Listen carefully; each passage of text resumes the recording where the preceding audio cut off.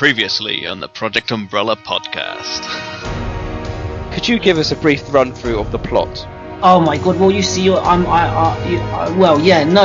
the fact... Don't worry about Nick, he likes American things now. Their pornography is all censored. It has to be censored by law, which kind of defeats the whole point. There are ways around that, John. Just email me after the show and I'll let you know. Alright, good. G is the voice actress for Jill Valentine from Resident Evil 3. Which we discussed earlier, George, I think personally is the most iconic voice of Jill. I told her that, but she told you to fuck off. She's not interested. She's married. I think... Doesn't stop Nick. No, absolutely not.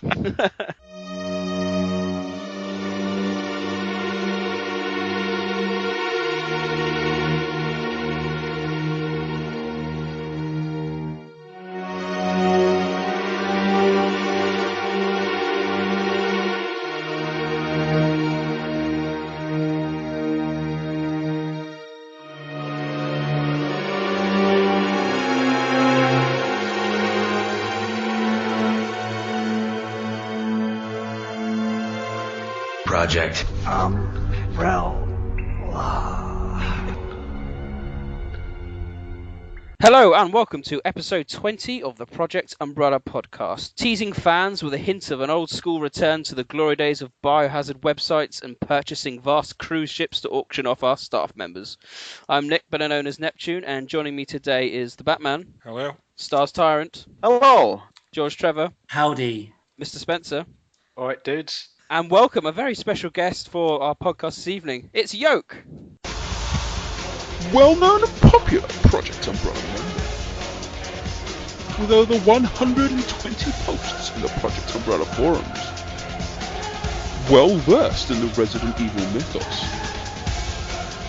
And an eye on the Metal Gear Solid franchise too. Regular contributor to the podcast quiz.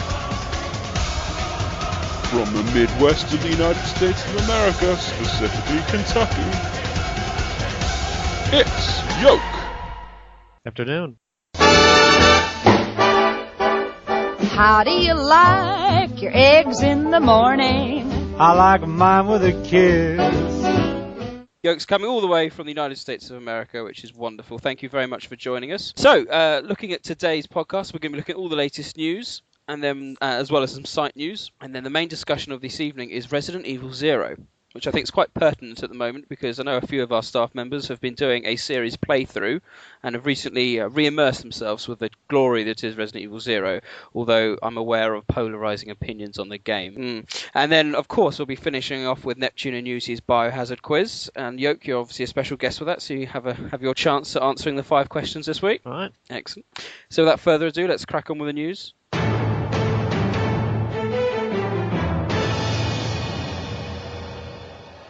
Yeah, so first bit of news is Resident Evil Code Veronica X is free on Steam in Japan on Xbox Live. Oh yeah. Which is very good. I suppose if you've got access to it, then why not? A great game, free of charge, you can't argue with that. John doesn't like it, do you, John? Code Veronica. I'm willing to give it another go. Well, I suppose as part of your series playthrough, you will. Yeah. Oh, sorry, I thought it meant me, like John. No, I remember from the Code Veronica podcast, Batman wasn't a fan. There was too much backtracking in that, I must admit. It was. It did take a significantly longer period of time than it should have done. There's a good thread actually on Code Veronica X at PU at the moment, isn't there? The German influence in the Ashford family. Yes, there is. Good, nice link. Yes, Kruger is apparently the original name for Ashfords, or at least possibly the name that the Ashfords married into, or married from. Sorry. So yeah, check that out.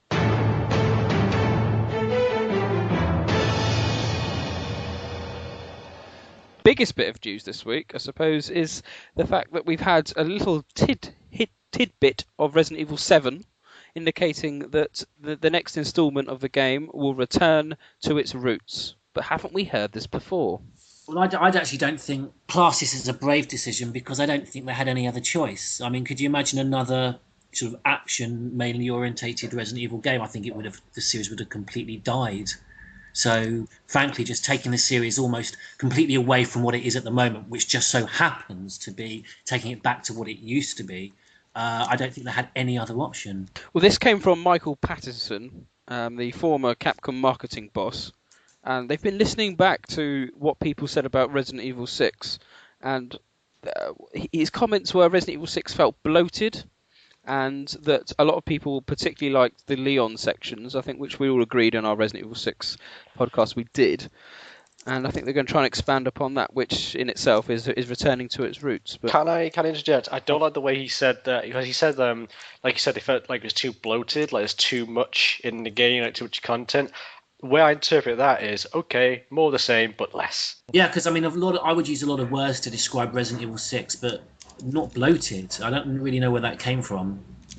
I would call it cluttered. more than cluttered, anything. yes. And I'll have to give credit to them. They at least said Resident Evil 6 was dramatic horror. They didn't try to say, oh yeah, this is what we all know and love. That's true. So the only thing that is kind of worried is they mentioned Last of Us, like they're going to copy it. I don't know if they meant that, but that's how I interpret it. Do it. Yeah, that's interesting. I've not played The Last of Us. I'm eager to, and I know Batman, you were persuaded by forum members to invest in the game. Yeah, I mean it's a good game. Don't get me wrong, but it hasn't blown me away like I thought it would. But Yeah, I don't like it. Oh, really? I'm sorry. I'm going to get a lot of hell for this, but I really don't like it at all.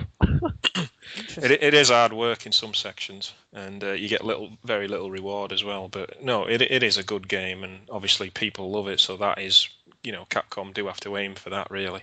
Is there lots of good is there lots of good survival horror moments? Because if I remember correctly, didn't Alone in the Dark, the kind of reboot of that recently, that had a lot of really good survival horror elements? Like, I think you pulled out your coat, didn't you? And you literally picked things up and tried to make items. See, I played it. It was pretty good. Yeah, it was all right actually, but that's very, very similar to Resident Evil 6 in my opinion. A lot of action and different gameplay styles. There was even a driving section in that. through the park, wasn't there? Yeah. Terrible driving section. The music made it fun, though. Yeah.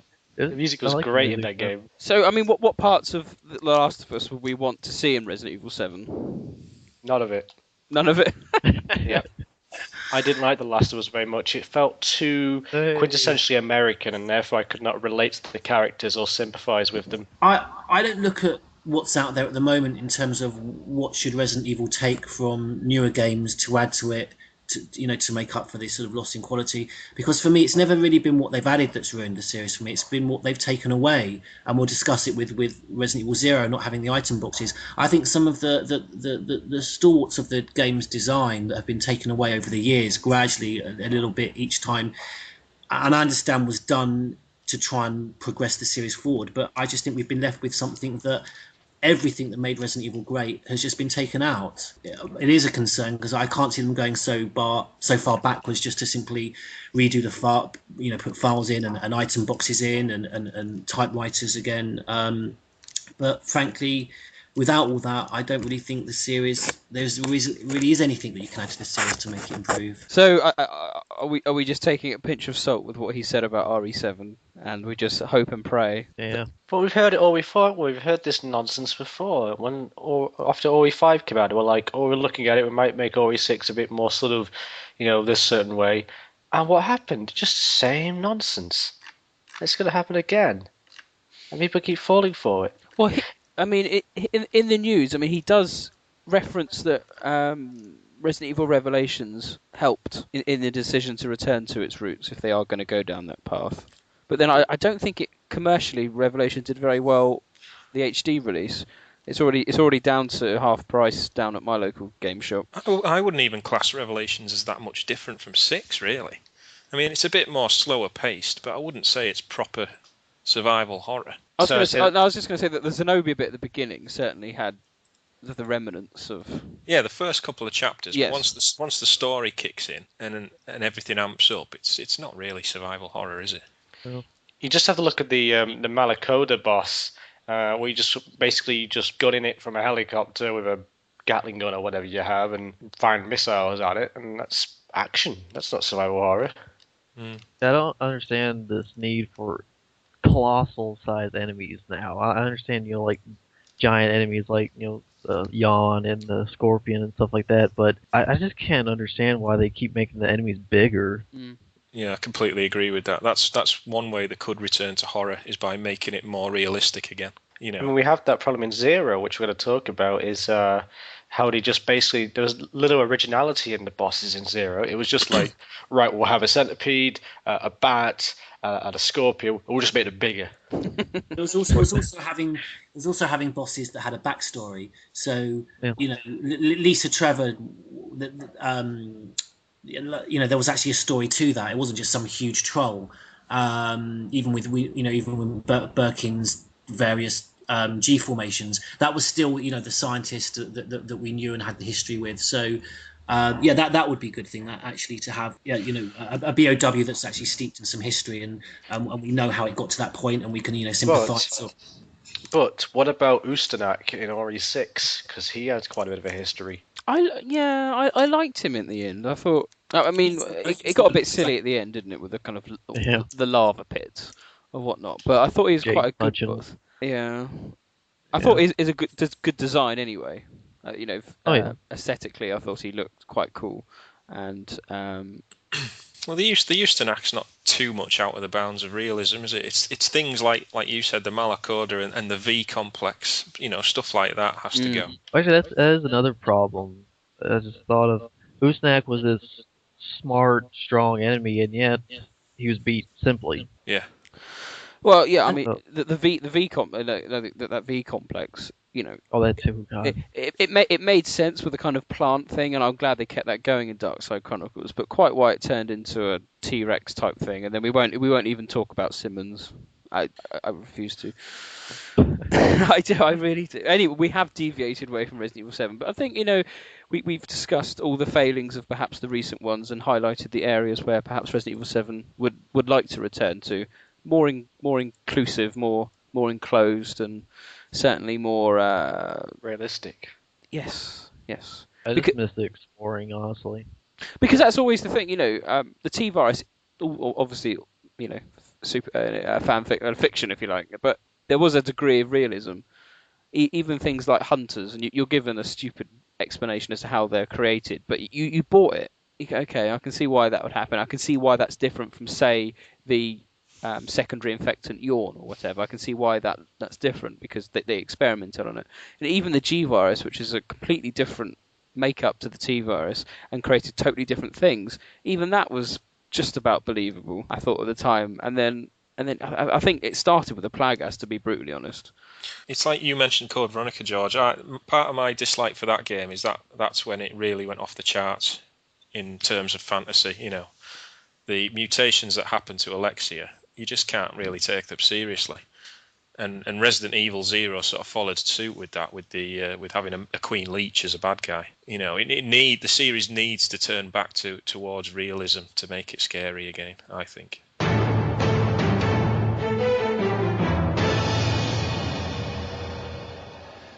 Right, moving on to site news. Welsh has secured an interview with Shimogama, who is a lead enemy designer for Resident Evil 2 and/or 1.5. His name does appear in Resident Evil 2 as name of a shop spelled backwards. I won't even try and pronounce that, but you can read it on the site now. Unfortunately, in case anyone's worked out, our site is very broken, hence why our news carousel at the beginning is still only advertising episode 16 of the PU podcast, despite the fact they're up to episode 20. It's very, very broken, so we can't update any good news, i.e. carousel worthy. We can't put it on it because it's totally fucked. But yeah, so just keep an eye on the actual news reel at the bottom, and then you can keep all the latest. But yes, so that's on there. It's on the interview section on the supplemental material thread. Anyone wants to comment on that? No. Get a new site. Joking. We do need a new site. Yeah, we're working on it behind the scenes. But the site's really hampering our sort of, because we've got all this content and we can't really put it up there because the whole content delivery system we have is so outdated and complicated. It's difficult to edit things as well. And yeah, which is problematic. But well, I think one of the interesting things Shimogama said in that interview was he pretty much admitted that Resident Evil 2 was the final retail product was far better than what 1.5 was ever going to be. And obviously we just have to give him kudos for coming up with some of them fantastic enemy designs. Because he did all of Birkin's mutations, didn't he? Yes, and the Licker, which is probably one of the most famous creatures in the whole series. And he talked about he did a Geonet as well. Yeah. And the other ones that are in the archives, is it Gorgoda or something like that? Yeah, something like that. Yeah, they are quite cool. And we had Ape-Man, Man-Spider. Giant horse. Yes, the horse, yeah. So lots of ideas were brandished about. But yeah, he does deserve credit for the Licker design, and I think really the Resident Evil 2 enemies are pretty faultless, aren't they? Personally, it's just maybe that's my personal view, but it takes everything. They're all pretty good. Yeah. I was never a fan of the final G formation. Well, he says it in the interview, doesn't he? He wanted to create it big enough so you couldn't backtrack. Doesn't he also say that's his favorite one? Does he say? I thought he said that like a G5 is his favorite design. Or did I read that wrong? Yes, yes, you're absolutely right. Yeah, he says G5's. I think the biggest problem with G5 is it doesn't really look anything like the artwork because of the limitations on the graphics. It just appears like a kind of giant vagina with spikes and a head popping out, doesn't it? Whereas the artwork's a bit more detail in it, but never mind. Perhaps we do need the RE2 remake after all. Any other site news, guys?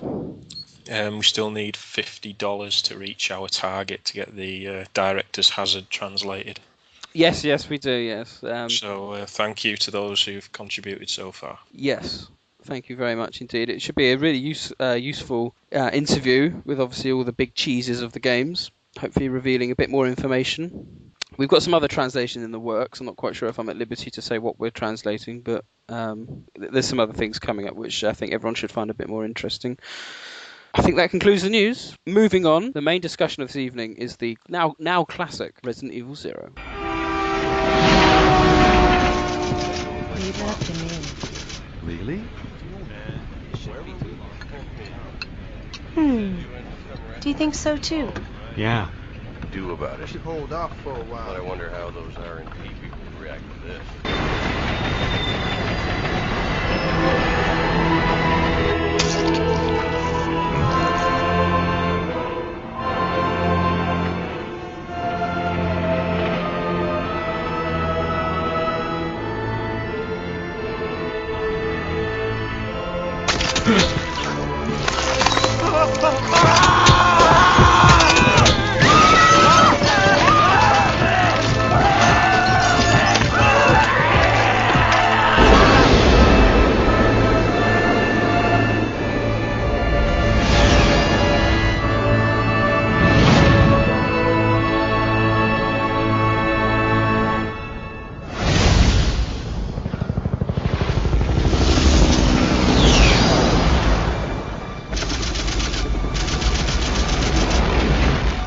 Began as a simple investigation of some bizarre murders in the suburbs of Raccoon City. Nothing in our training could ever have prepared us for the nightmare that ensued. We never stood a chance. What's going on? Engine failure! Emergency landing!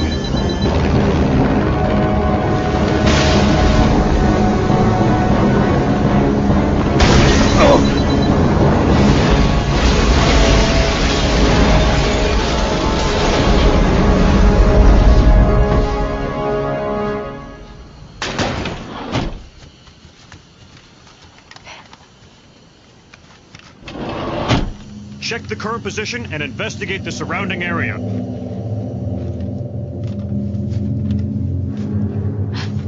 Captain, look!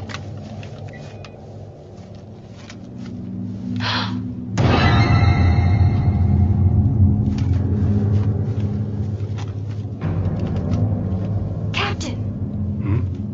What happened?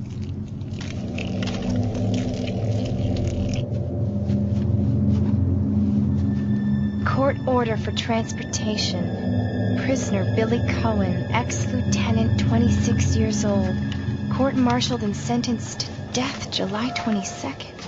Prisoners to be transferred to the Regathon base for execution.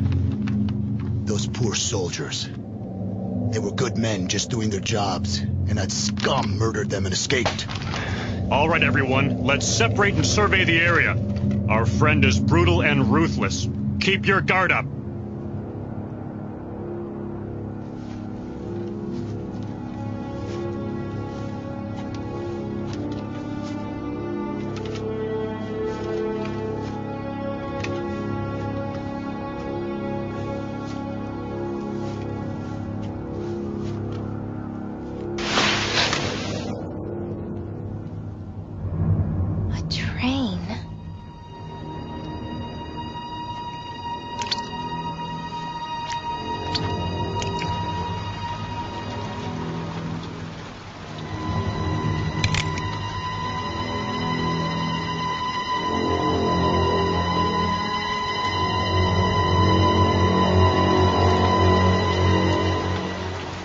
So, I know this game has been talked about in the podcast for a very, very long time. When are we doing Resident Evil 0? When are you going to be discussing this? We've talked about it for ages. We finally now got around to it. Nearly coming up to 2 years worth of podcasts, believe it or not. We've finally come around to it. I know it's a game that divides many opinion about the game. So, what did you think of it briefly, Batman? Well, I think Biohazard 0 is a terribly underrated game. I think it provides a full-on old-school Biohazard experience that is spoiled by only a few minor faults. I've said it before, I find it very interesting that people hearken for another remake type experience, but they just won't go near Biohazard 0. Graphically, I think it surpasses the remake because they put an increased emphasis on real-time shadows and animation effects with like waving grass and wind and things like that. I think the atmosphere and the haunting soundtrack that play when you're exploring the training facility is right up there with the series' best. I think it's interesting that we learn backstory on Umbrella and the T-Virus. The introduction of Marcus was a good one. He's one of my favourite characters, and I find his conflict as a company founder with Spencer I think that's one of the best subplots in the entire series. It has some nice varied locations, but as I said, it's not without its faults. It's got a horrible inventory system, partner zapping system that just doesn't work, some very unimaginative enemies, no Bravo team, and the main bad guy is a leech. I don't know how they could have thought that would be a good idea. I have a feeling George Trevor's going to say his famous phrase. George, what did you think, briefly? You know, in Ghostbusters, you're not meant to cross the things. That's what my brain does when I think of Resident Evil 0. I mean, my brain is completely polarised on this game. I agreed with, I think, almost everything that Batman just said. On the basic level that it was exactly the same type of presentation as Remake, I was over the fucking moon when it came out. But then, yes, great that we get to see James Marcus, but the way that they brought him back, I mean, it was just ridiculous. We should have seen him in 1967. The thing that annoys me and frustrates me the most about Resident Evil 0 is that it is born from a series that has such an incredible deep history. You only have to just pick up the true true story behind Biohazard book with the Trevor notes in it, and you know the history that's evoked from the dining room in the mansion. Go back to the mansion.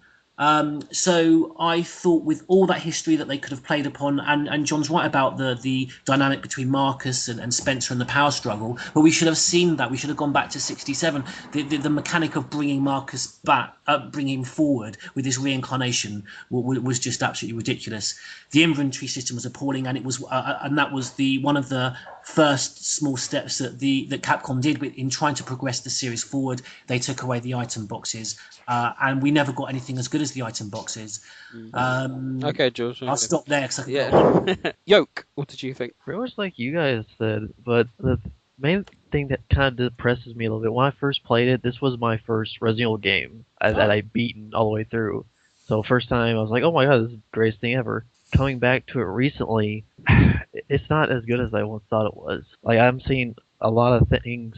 It's pretty much like the jack of all trades of Resident Evil. We got pretty much the puzzles from Resident Evil 2. We have the crate puzzle Ada and Sherry do. We have the power control panel puzzle, but I think it's just a little bit changed.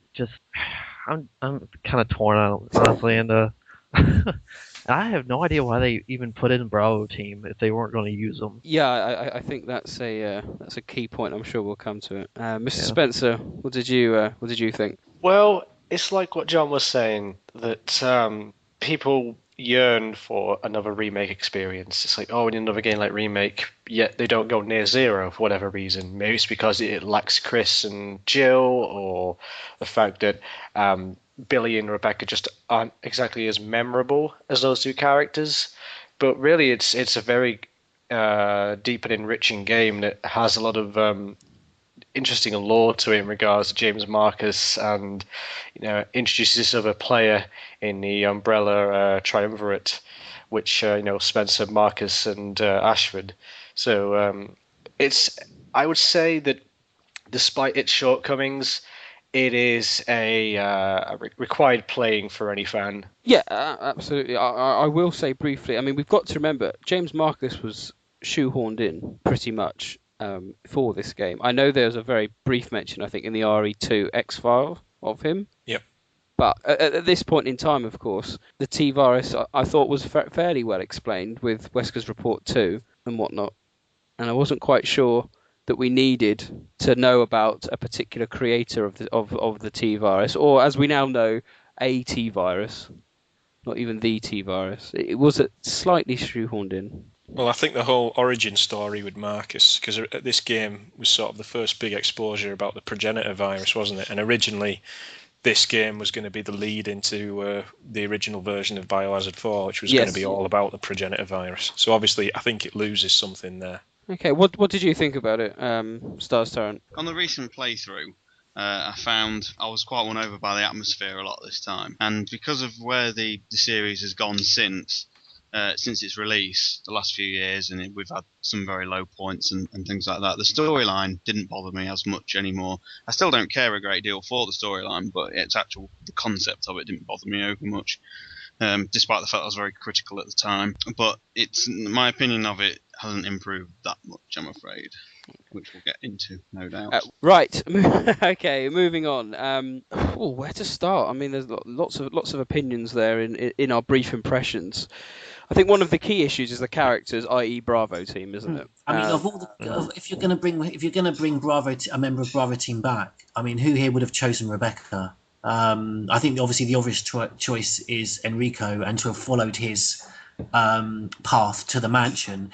I would have liked to have seen that if they were going to do a similar thing that they did with RE2 and 3, where 3 was only the day before RE2. So if they weren't to go back to the history of the progenitor and the power struggle between Marcus and Spencer, then it was right there for them with Enrico's story, and they thought that was a kind of a dead end because of the assassination by Wesker. I don't know. Yeah, I think they had to choose Rebecca simply because she, in terms of storyline, she survives the mansion incident, doesn't she? I don't know if players would have found it off-putting to play as Enrico in this game, only to have him have a 2-minute cameo in the sequel where he gets shot. It's just true. Yeah. But even though I liked Rebecca, I think, honestly, I agree with George, they should have went with Enrico, because I've seen people have issues between Resident Evil 0 Rebecca and Remake Rebecca, saying, oh, Rebecca knows too much, why didn't she say anything? Yep. With Enrico, he dies, so he couldn't say anything. He was about to, but he gets shot. I think that would have worked a little bit better. I don't understand. The character of Billy Cohen's completely pointless. I mean, you could have easily switched him with Richard. Yeah, I was going to say, what does he bring to the table? Yeah, I mean, nothing. I mean, I remember playing the game for the first time, and the whole thing with Cohen and the escape convict completely threw me, because 1 minute Bravo Team had a specific mission, and then unless I sort of kind of read it wrong, as soon as they find the derelict, Enrico's just now it suddenly turns into a manhunt. It kind of sort of drops everything, and suddenly we're looking for an escaped convict. And I didn't think Billy brought anything to it at all. And again, I mean, to me that almost felt shoehorned in. I mean, he would have been interesting if he was an actual murderer, someone who put you on edge for the game, someone like, I don't know, Riddick. But the fact that he's not a murderer and he's just your typical good guy who's been wrongly accused, it's just not interesting. Yeah, they could have gone down the Silent Hill route maybe a bit more. Yes, it's someone following you around for the entire game and you don't know whether to trust him or not. Yeah, and then from that you get just the ridiculous interaction between him and Rebecca, where even when she's not sure whether he is or he isn't. And there's just no tension between them at all. Well, that's something I noticed from playing it through the other week. Obviously, we're used to sort of Resident Evil 5 and 6, where your characters have a lot of banter as you move through the levels. In Zero, they do not talk at all. It's all about thumbs up. Yeah. So you just can't resonate with the characters. You can relate to Rebecca a little bit because you've seen her before, but Billy, there's no attempt made to build his character up at all. There's that one line about he says to her, have you been fantasizing about me? I mean, I think some of the dialogue in Zero is some of the worst we've ever had. Going back to the characters, when we first started knowing the game's coming out, and you saw that opening kind of video with them in the helicopter, that was a quality moment. You see all of them in the helicopter. You're like, I know who you are. I know what's going to happen to you. Yeah. Engine explosion, quick crash around. Get out. What's going on? You get that little thumbs up to Kevin. And it's like, oh yeah, that's nice. And then it all just goes a bit all off there. You feel it could have gone down a similar route to Remake, i.e., obviously in Remake, you're exploring the mansion. You do eventually come across all the Bravo team members. I couldn't see why that couldn't have happened in this game. Yeah, well. Exactly, because we get the first moment that the Billy Cohen story comes in. That's the first moment for me that RE0 gets completely sidetracked. We meet Edward briefly, and then you meet Enrico. We'll come to that much later on. Meet him later, but why couldn't have we met Richard and Forrest? As we carried on exploring. Yeah, absolutely. Yeah.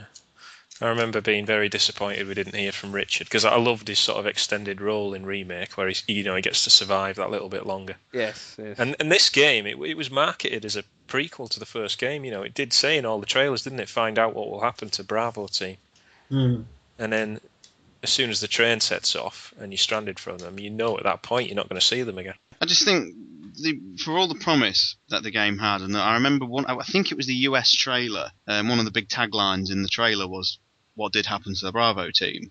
Mm. And for the fact that the game was supposed to be about their story, the fact that they're only in the intro was really disappointing to me, because Billy, you can debate Billy all night, but he's not overly interesting to me.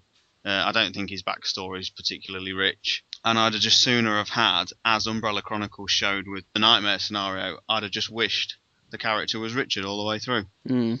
And it's a shame because, as I said, there is a lot of history with Bravo Team. Even though, we've played the original and then the remake, and even though you don't spend any time really with the Bravo Team, you feel you do know them.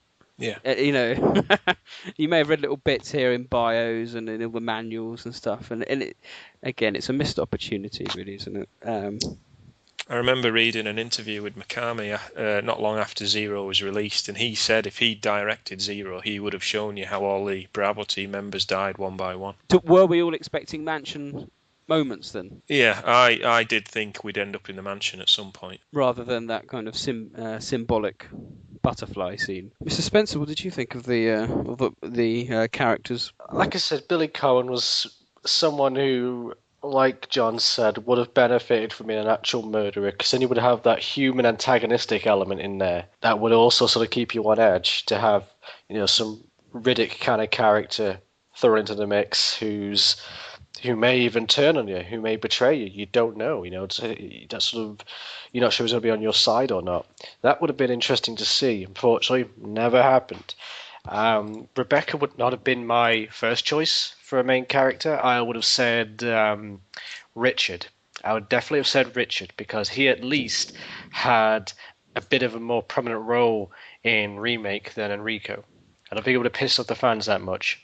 Would it have been better if perhaps you can have the two-player zapping system if you want, but if the lead character had, say, been Richard, and you were basically almost taking the Leon Ashley route through the game with Rebecca in a very, very much a submissive role. Rebecca and Richard. That would have tied in a bit better with the as Yoke said, the remake Rebecca. Because there is a difference in personality, really, isn't there, between them? And whereas it would have fleshed it out more, and it would have tied into Umbrella Chronicles as well, perhaps. What if they released a HD version of Zero, but implemented full two-player online co-op? See, that'd be brilliant. God. I think that'd be good fun.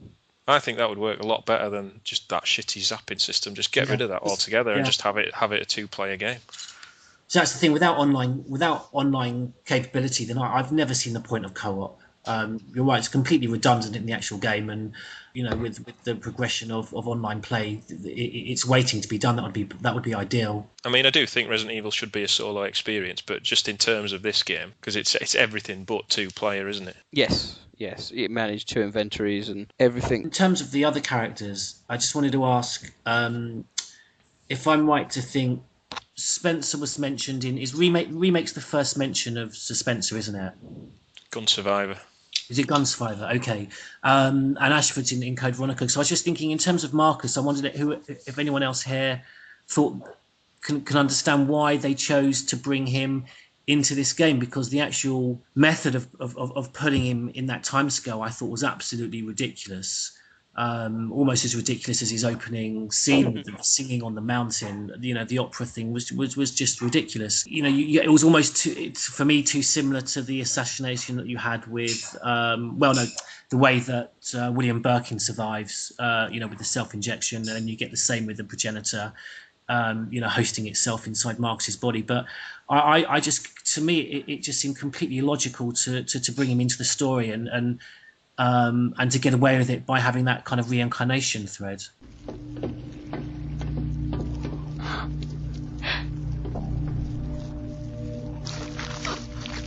Welcome, young ones. So glad you have joined the party. You are the guests of honor. After all, it's your wake. Who are you? Dr. Marcus? No, you can't be. What's going on? 10 years ago, Spencer had me assassinated.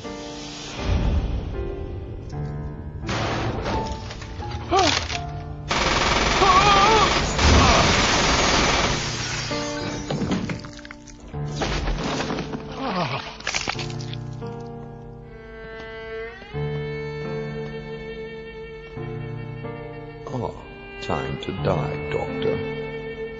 I will take over your research. Wesker. Birkin.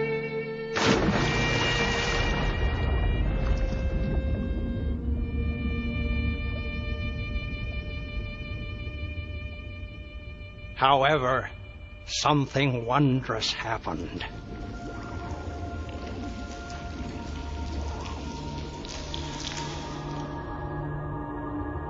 It took the T-virus inside of my queen years to procreate my new life.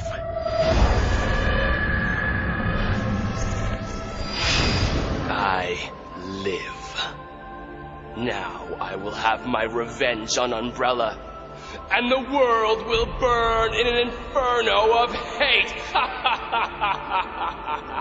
You'll pay for what you've done. We'll see which one of us is gonna die.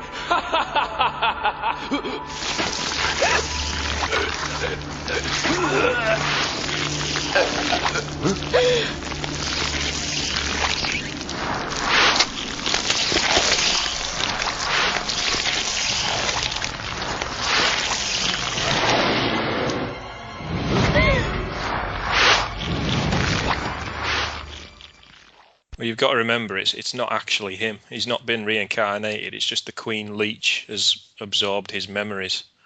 Yeah, but but you've still got that that figurehead there, haven't you? Or like I said, he's a placeholder. Then, sorry to interrupt, but isn't like the real Marcus? He's been dead for like best part of 2 decades or so. Yeah, he still is. Yeah. But so why rely on him? It just made no sense. We could, if they were going to go back and choose one, we could have had one of the Ashfords or Spencer. I think future games helped, though, didn't it? With Resident Evil 5, which we've often praised for its story. Even then, they shoehorned another character in, that Brandon Bailey character, and yet that kind of worked quite nicely with Marcus, I thought. But I think there's lots of mistakes in Zero, and Marcus is one of them. Thus, and rectified, or at least tried to rectify, with Umbrella Chronicles. The character design. Not to cut you off, it does seem weird that they make Marcus very important, but Edward, Ashford, and even Spencer really doesn't have a huge role, or pretty much a big role like Marcus does. Marcus is the most shown, and I think really the most known out of the three founders. I think that's really weird. Because even Edward, he got like a sentence in a file in Code Veronica, didn't he? And that was it. Like, I think it was pretty much he's a good guy. Hint, hint. Yes. Yeah, no, that's very true. That's very true. But again, he kind of has similar traits to Birkin. He's very obsessed with his research, wasn't he? He just wanted to be left alone. Yeah, you're right. We could have had a bit more actual backstory with Marcus, Ashford, and Mr. Spencer. Sorry. With Spencer, there could have been some flashback scenes, couldn't there, of them actually? Yeah, they had it all there. The history's there for them to have used, and I just don't understand why they didn't delve into it. It was there for them. But can't you? I mean, it just looks like it. You look at it. Don't you remember the amount of discussions that were there after about when did it take place? And clearly Capcom had no idea if Zero actually fitted in with the timeline at all. Well, there was that big translation error, wasn't it? I think it was the American version said Marcus died in 1978, or he disappeared 20 years ago, I think. And then in the PAL version, it says he disappeared 10 years ago. But then all the files are like 19XX. I guess that's still the same in the Japanese version, isn't it? Well, this was one of the interesting things about Zero. You could actually, like, back in the day when we all really obsessed over this sort of stuff, you could actually work out the years from playing the game and reading the files. Like, it doesn't actually explicitly state in black and white that Marcus created the T-virus on 19th September 1977. It just says 19th September. But you can work out the year by putting the pieces together, and that was one of the fun things about this. Yes, but to me that just seemed like they've just done, another team's just done Wesker's report, show that potentially conflict with what we're doing. Let's just leave it at nothing, because that way we can't get it wrong. But it just highlights the importance of these translation errors. Like, the Americans were under the belief that Marcus died in 1978 because of this translation error, but that actually fits perfectly with Wesker's report too, because Marcus is never mentioned in that, and that begins in 1978 with Wesker and Birkin researching the T-virus. You think there'd be some sort of mention of the assassination, wouldn't you? The fact that if he died in 1978, you could sort of forgive them for not mentioning it, but the fact that he's actually, in terms of canon, is still alive until 1988, yet he's still not mentioned in this report. That's when it becomes hard to take, really. The character design is rectified a bit, isn't it, with Umbrella Chronicles? They decided, instead of making him that youthful Final Fantasy-esque character, they actually decided to make it look like a green human, if you like, that looks a bit like it looked more like the Mimicry Marcus, didn't it? Which made far more sense than what they, how can a leeches don't change colour, as far as I know. Quite how they're able to replicate, clothing. Yeah, well, I mean, nothing about the leeches. That's the other thing that I remember, again, as I was playing it, almost becoming dumbfounded, because at first there's the elation that this is going to be in a similar vein to Remake. The presentation and the pre-rendered backgrounds, everything's brilliant. But then things start to go wrong very quickly, and everything about the leeches didn't make sense from the cutscene where they're covering Rebecca and she's unharmed, and yet what actually happens? Billy shoots one of them, and that suddenly makes all of them just come off Rebecca, simultaneously. Similar to when she's reconnecting the power supply, and they kind of, they jump all over her, but then they've just miraculously disappeared just by her falling backwards into the train carriage. And I remember actually that was one of the first times where I started to think, is this Japanese, Capcom really, are they taking this as seriously as I am? Excuse me, sir. Sir.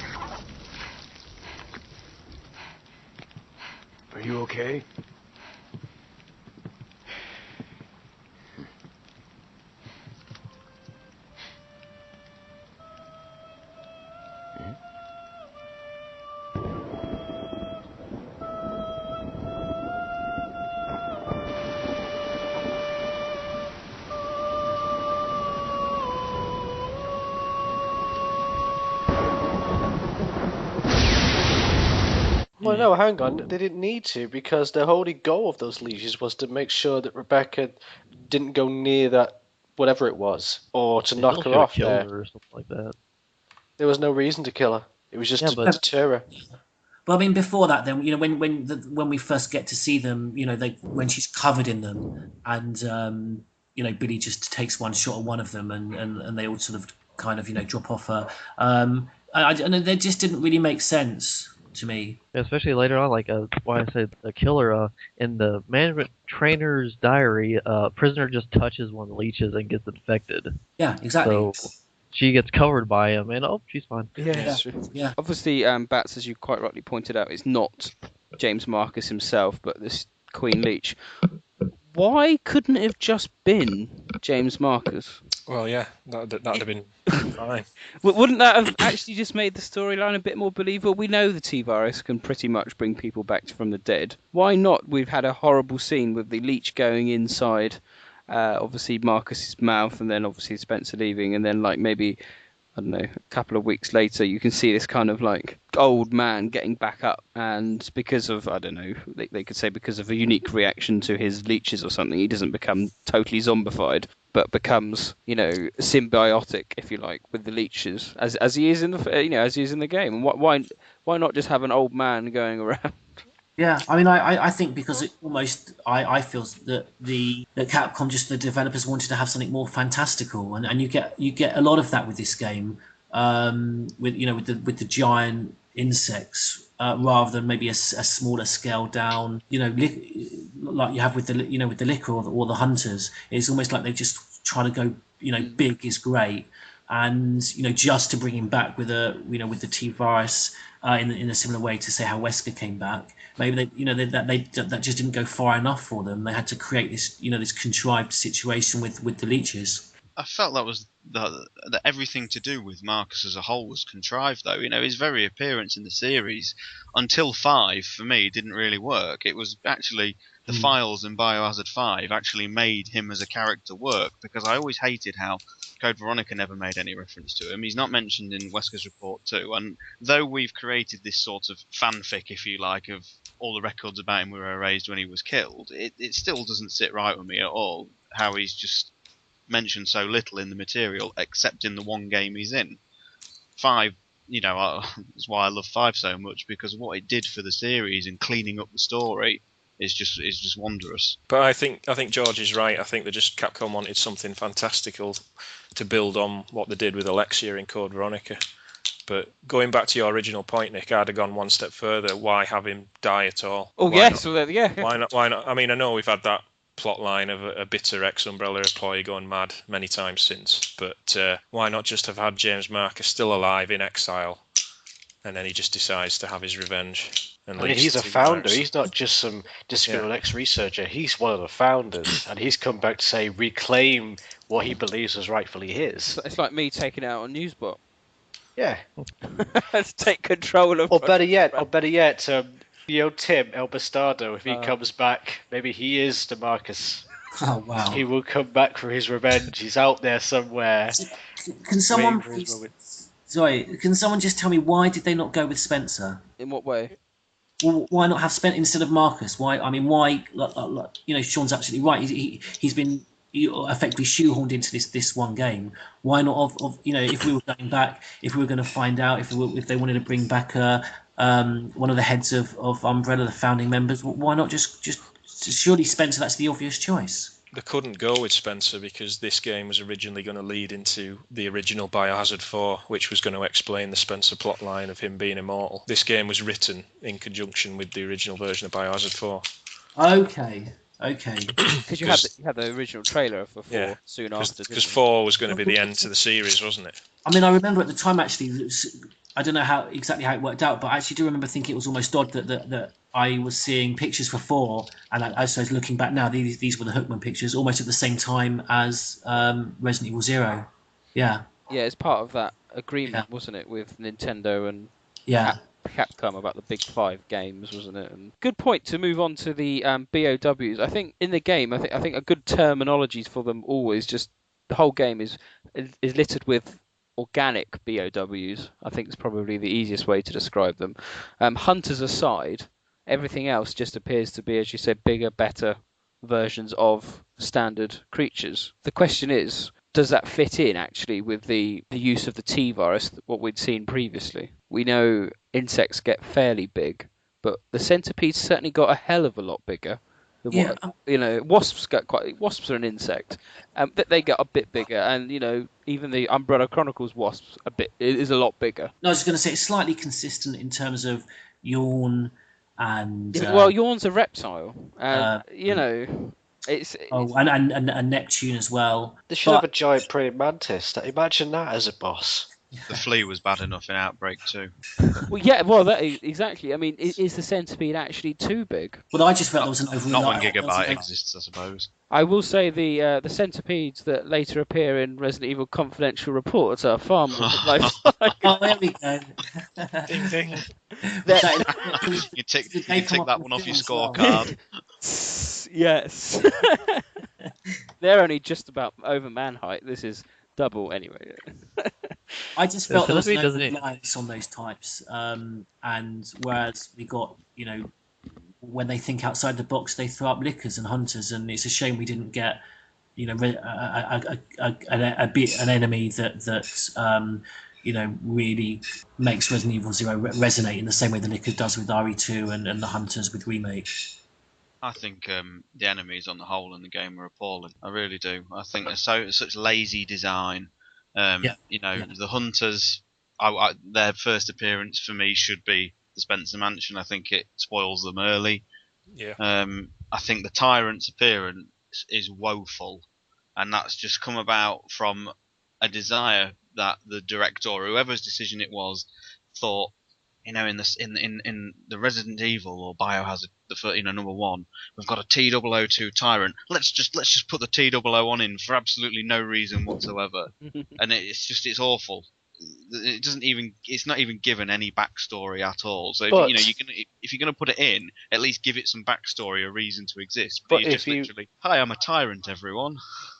But if you think about it, the T001 is actually a metaphor for Resident Evil 0 itself. It is the progenitus, the precursor before the one in Remake. Yes, and not as good. No, I think what Sean's exactly. But I think what Sean's getting at is the fact that it appears randomly in a it's kind of like a square pit, isn't it? Wherever you fight it in, and it's not in a lab particularly. But it is at the very beginning because you see it in a capsule. Oh, yes, you do. But yes, that's right. But is there a lab down at the water treatment plant? I don't know where. But if you go back after it's dead and go back to that monitor, the capsule is empty, so it's evidently been released or escaped from somewhere. Exactly. You tell me where. The whole concept of it being in the game it's just ridiculous. It's just so the director can tick that box and say, yes, I've put a tyrant in my game, and it's awful. The only one I feel worked. The only one I think the Scorpion worked quite well in its design. I wasn't quite sure how it managed to get on the train, but But I mean, at least it's it's fairly consistent in size in terms of other arachnid creatures like the black tiger. But like the bat that Sean just mentioned. I mean, it's a mammal. Mammals don't get big from the T virus. Well, actually, can I interject you there? In regards to the Scorpion, it would have been able to get on the train. There would have been like a storage carriage, perhaps it was kept in on one of the train, like one of the carriages. And of course, during the attack, it probably broke out, climbed as a roof. It's able to tear through the roof and stuff. So it probably just teared out, got up, went along the roof, and then dropped down as the dining carriage. I always assumed the investigation team brought it with them, and then why? It just became secondary. Because isn't there a file saying they're hoping to discover some similar research at the training facility when they but if you're gonna go and do some investigating, it's like, hey, you know what we should do? We should bring a huge giant scorpion that's going to be a huge liability to our operations here. Well, it obviously wasn't huge. It could break loose. It obviously wasn't huge until it got secondarily infected by leeches. But then I do think there's slightly lazy programming because obviously you've got that file just before you see it saying type Y139, isn't it? And you're like, that's a stinger. But then you read it again and you go, no, this is to do with crustaceans. It's not the same thing, yeah. No, that makes no sense. it's clearly. I still maintain they're supposed to be the same, and I think they've just messed up with the unaware of what a scorpion is. An arachnid as opposed to. Scorpions aren't arachnid.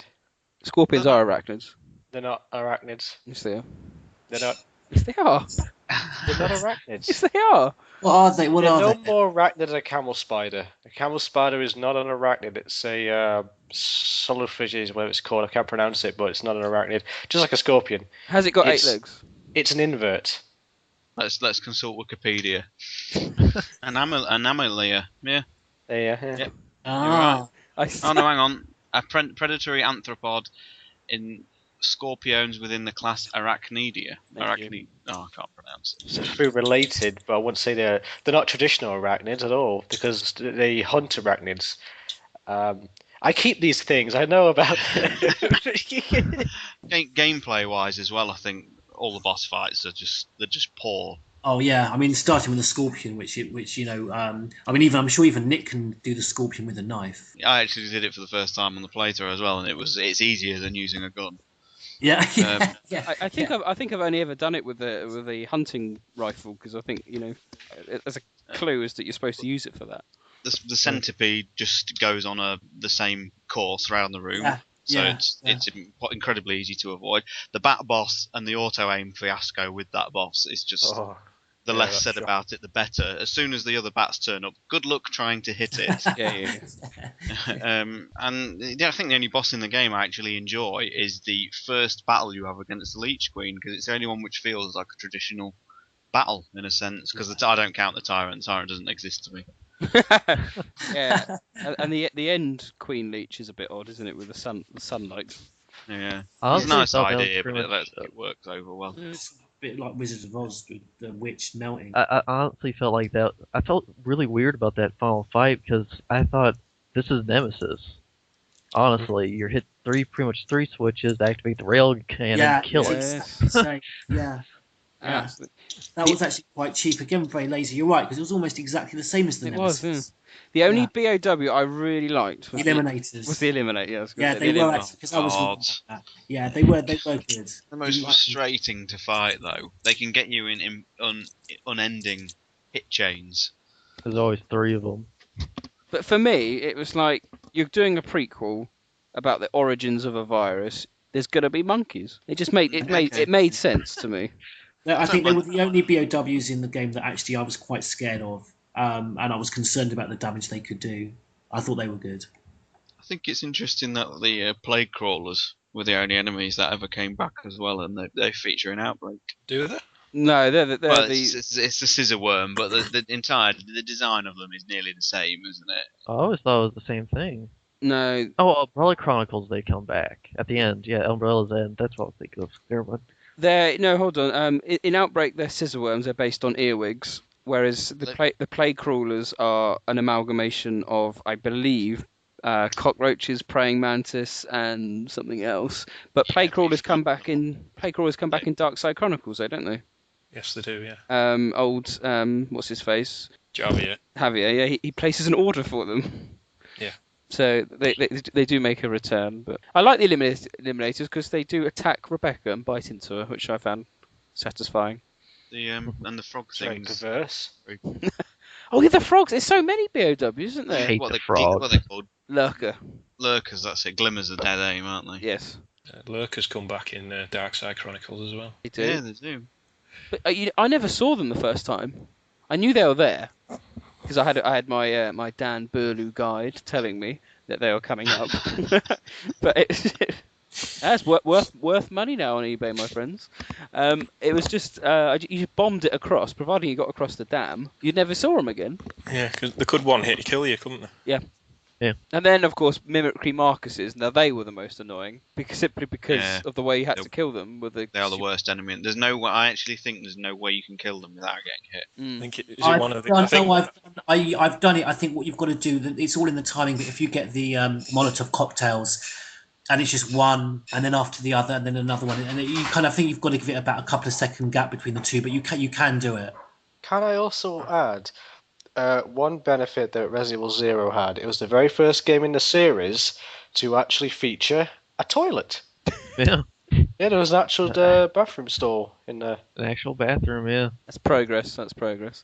Was it the first in the series, though? It just meant that people who worked at the Umbrella Research Centre didn't have to go outside to take a shit. Well, no. There's a It could toilet actually in be the Remake. first in the series, actually. There's a toilet No, in Remake. there's one toilet in Remake. Yeah. Because you can actually look in it and get a description back of it. Oh, of So course, if, yeah. if there was someone in there and he needed a shit, he had to run all the way to the guardhouse. Yeah, because Jill can throw up in it, can't she? She can. Yeah. I liked all the enemies, though. Leechman, I really liked. By the way, there's a glitch with them. When they're about to blow up, if you go through a door and come back, they're gone. I thought that was pretty cool. But, yeah, enemies, I really liked Pro-Tyrant. It freaked me out the first time, because first time seeing the Tyrant, I've read about what they were beforehand. When I first fought it, I didn't care much for it, but when you come back and it goes through the grate, that freaked me out. I was like, okay, shit just got real. But cool boss music for it, though. But interestingly, though, Yoke, if you say it's the first time you ever played a Resident Evil game, you played that, did it... Well, first time I've beaten one. Oh, okay. Did it diminish Remake Tyrant in any way? No. No? It just I love the Tyrants, honestly. Even though Damnation Tyrant kind of weirded me out a little bit. Well, they're awesome. I liked it. Oh, I just didn't like how tall it was. Well, I noticed going through my series playthrough, the Remake Tyrant is a piece of piss compared to Tyrant. It really is, isn't it? Yeah. It's a big, massive letdown, considering it's meant to be a superior product. What was it, 11 handgun bullets? Yeah. Well, remember, of course, Proto Tyrant gets his swan song in Umbrella Chronicles. The design of Pro Tyrant's pretty good too. It's I think I'm maybe thinking of the concept art, but it's drooling, it's hunched over, and it just looks really brutal. It's shaking as well. My name doesn't tell you. I absolutely love Tyrants through the series. I really do. And to me, it just felt so much of a letdown. Maybe that's why they saw it as a failure. Like, hey, right, made our Tyrant. Oh, great, let's have a look at it. Oh, great, it's got fucking Parkinson's. Great job there, guys. Oh, dear. We don't know the identity of the Tyrant, do we? It's not a clone. Yeah, it's not obviously, a clone. it's just one of the random ones that. None of the Tyrants are Sergei clones. No, was this someone that this was created after they found that they had a better chance of turning them to Tyrants? Basically, Birkin uses the Sergei clones to create a variant of the T-virus that can turn anyone into a Tyrant. That's how they get mass-produced. That's how Morpheus becomes a Tyrant.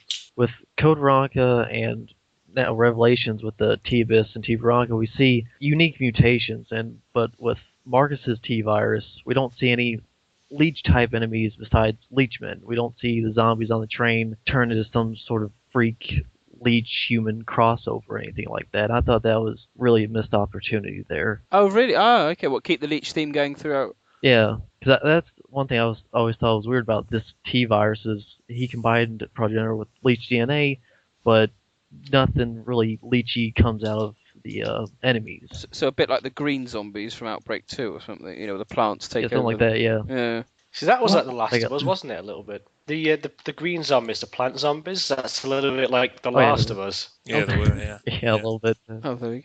Yeah, I just had this weird thought of a Leech-Scorpion combination. It would be really freaky. That'd be crazy to fight. I don't know why. It would have worked for Umbrella. One thing I wanted to ask about with the BOWs, I'd be right to think in terms of actual produced BOWs and what were just secondary infectants. Obviously, the leeches were Marcus's BOWs, but was there everything else, including the eliminators? Because there was once an interesting thread at PU about whether eliminators were a product of Marcus's research or whether they were just infectants. Was everything else just from the leak, from the T-virus leak, and so the leeches were effectively the only progenitor BOW in the game? Constant debate, isn't there, about the plague crawlers, lurkers, and the eliminators about are they T-virus or progenitor virus? That argument never seems to go away, but I think they're T-virus, as far as I know. I think they were all developed to be BOWs, but they weren't good enough, so they were all scrapped. They weren't mass-produced.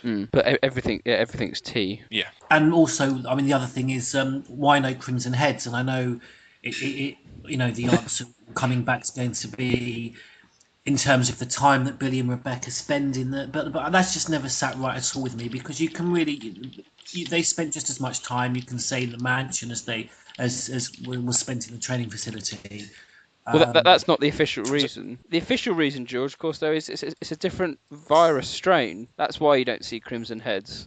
Obviously, in the mansion accident caused by Marcus, and somehow released the V-Act strain of the T virus, which in turn caused crimson heads, whereas the T virus that was released by Marcus in Zero was just the, I say normal strain, but the Marcus strain. Okay. To be honest, though, I mean, even though it's very clever how it's different strain, that it doesn't matter how you spin it. That is fan theory. It is the official explanation from Capcom is you don't have crimson heads in there because you don't do enough backtracking, which tells me they intended it to be the same strain of virus. Are you sure? Because I know it's the English version. The English version of Archives clearly says that they found the virus that was released in Remake is the one that they discovered in Crimson Head Elder. They found he had a unique reaction to it. They extrapolated it from him, and that's in the UK crappy translation version one.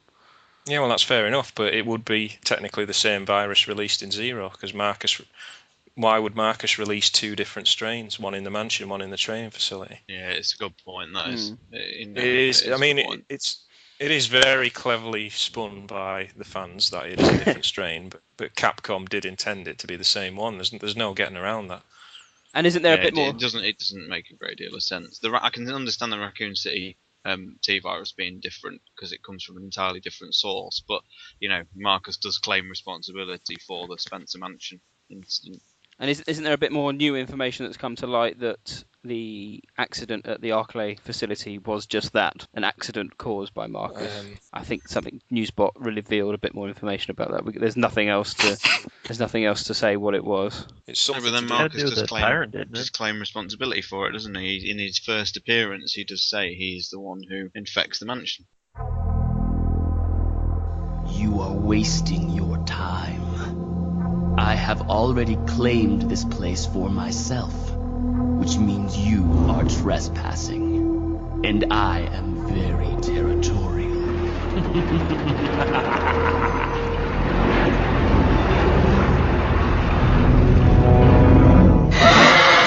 Okay, let's move on and talk about some of the new gameplay features, because I've got a feeling this might take some time. That's the sound of a floodgate opening. Yes, because there's quite a few. Obviously, we have the zapping system. We have the lack of the item box. We have this kind of two-player mode, which I suppose is a bit like the zapping system. Double spaces come back in the inventory, which I'm never a fan of. And of course, we still have the static controls, marking probably the last time in a numbered game where we have it. So, what was everyone's views on any of those features? Well, I'll be brief because I said it before. I just couldn't see how taking the item boxes away brought anything extra to the game. And we've seen it further along the line with the removal of typewriters and then the removal of files. You were saying before about what can make the series scarier. I mean, imagine the enemy from Dead Aim, Pluto, without the file about him being I think was he a homeless guy and they ended up blinding him. Imagine that without the file. So it'd been awful. It'd been hideous. I couldn't understand the point of that. And you get that additional thing in Remake where you can play it again with real survival mode, but you can't obviously do that with Zero because they've just taken that away. And just being the ability to drop things adds nothing to the game at all. And if I'm not mistaken, does everyone just basically create their own item boxes anyway? Yeah, exactly. Did everyone do that? Yeah. Well, yeah, you can't obviously link the rooms, but you tend to create your own save rooms and leave a character there because it's more of a hindrance bringing both of them with you. Yeah. The main hall was the usual one. I know there's only a limit on the number of things you could drop. There is a limit, but it's not that much. I mean, no, you've got quite a lot, and all you have to do is just go into an adjacent room. But there is a limit on how much you can drop in one area. All it does is just promote stupid backtracking, which forces you into more combat. There is literally no positive within this system at all. It's hopeless.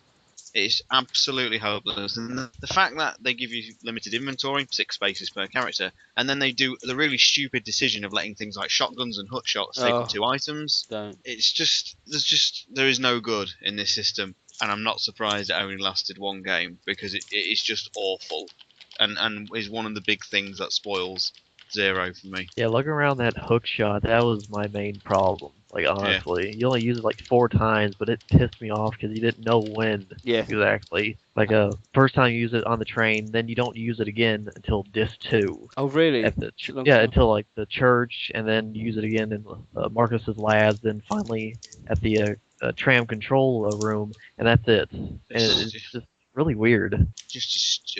Yeah, don't get me started on it. It's just pointless backtracking, totally unnecessary. Is it no coincidence that I always found the train sequence the best? Because I suppose because the location's quite small, it doesn't really matter where you leave anything because you can move between it quite quickly. Yeah. And of course, most of its you only play as 1 player. I always found, and so I found the whole train sequence to be one of the greatest moments in Resident Evil. To be, the first act, if you like, especially when you climb up on the roof.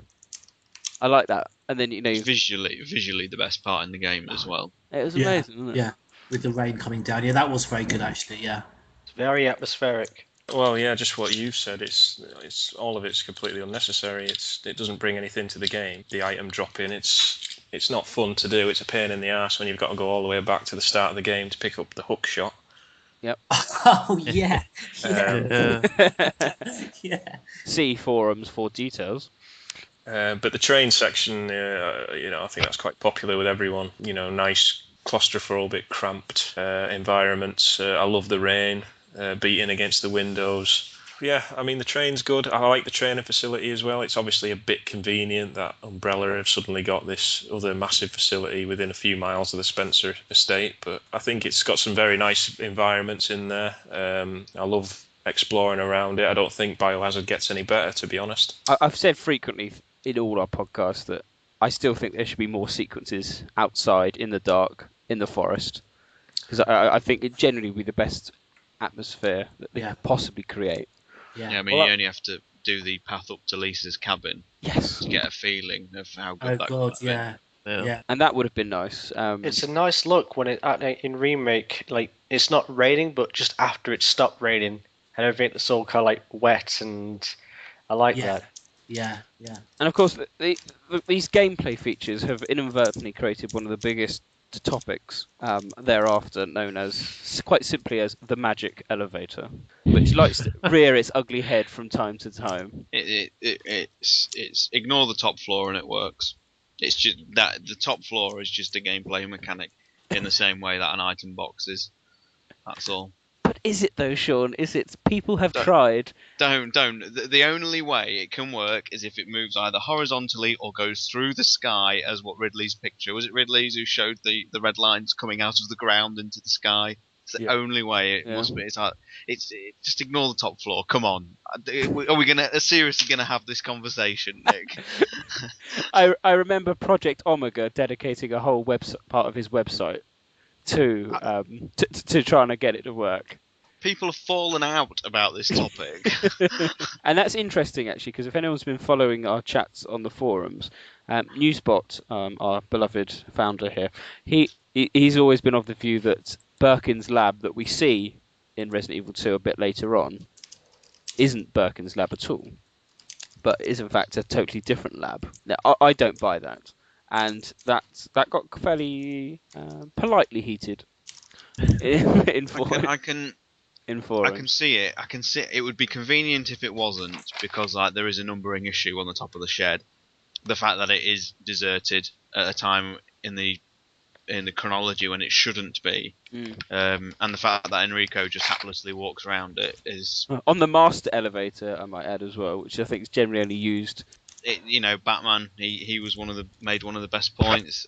Why would they build an entirely new facility when there's a really good out of town one? It's too convenient. It's too convenient to be realistic in my. And for anyone wanting a bit of conclusive proof, other than the fact that what Ridley pointed out on the forums with the lights or something pointing out, there's also the fact that the artwork, if you look through the archives, for example, there is no artwork at all for the factory. It's clear from the artwork that the cable car from the church was supposed to go directly from the church to the management to the water treatment facility, and that was it. But for some reason, at the last minute, it was decided that it wouldn't be nice if we made a quick detour to Birkin's lab. Well, just to follow on from that, it's interesting that because it sort of made everyone who took part in that argument, everyone was right in the end. Yes. But I noticed something when I played through it. I forgot to mention it on the forum. When you go in the basement section of the training facility towards the battle zone thing, you go in a room where there's 2 plague crawlers eating the corpse of another one, and you have to get a key. And on the wall, there's a pipe with sewage water bursting out. And if you go over and examine it, it says this must be waste product coming out from the factory. But obviously the factory is still 8 miles away. I think that harkened back to a time when you were originally going to leave the training facility and go straight to the factory and not Birkin's lab. There we go. So for some, that is easily the biggest interview that we could want. The director of Zero, that's the one we want, is it? Why did you decide to go to Birkin's lab? Does anyone on this call honestly believe that the magic elevator is a plausible concept, including obviously the top floor, and that the 2 labs are indeed different? Because no and no for me. It's a no from me. It's a no from me. I'm going to say no, but I still don't think I really understand the debate. And when you, and if I ever get to meet you guys in person, this is something I need to sit you all down and talk about. This was one of the first things that when I see John, I'm going to literally jump on him and I'm going to sit you down and you're going to explain this to me. But no, until then, my answer's no. I'll just say for me, for someone who likes to take the games as literally as possible, in terms of gameplay as well, in terms of numbers of enemies that you see as well, I like to try and take it as literally as possible. I personally think that Umbrella Chronicles and Beginnings confirms that the Master Elevator is just a gameplay mechanic. Yeah, because Wesker could have used that. Yeah. I mean, you're going to drive yourselves mad otherwise, aren't you? Beginnings 1 would have taken approximately 2 seconds. You would have gone down the lift, gone, I'll take the elevator, top floor. Oh, hello, Sergey. Can you remember? I mean, Nick, you might have been on RE Horror when it was all going around, but people were drawing, and I even did one. I hang my head in shame. Of how all the facilities were on the side of a mountain, and that's how the elevator worked, because the training facility was way up on the side of a mountain, and that was Project Omega's brilliant attempt. Maybe that elevator actually leads to Shinji Mikami's office. Oh, blimey, that was a struggle. Okay, so we've talked about the gameplay mechanics, and we've talked also about the factory. Graphically, it was nice to go back though. I thought it did look wonderful, and the graphics were quite good. It was nice to see Birkin and Wesker, especially, walk around. It just doesn't make sense. Do you honestly believe this to be the real identity of that crazy young man? Impossible. But if somehow it is true, then Umbrella will be finished. If the old conspiracy against Dr. Marcus is revealed, Mr. Spencer's career will be over. Not to mention ours, too. So, the time has come at last. What are you going to do?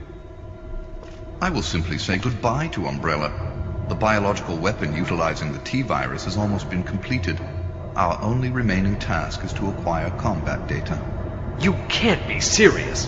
I refuse to abandon my word.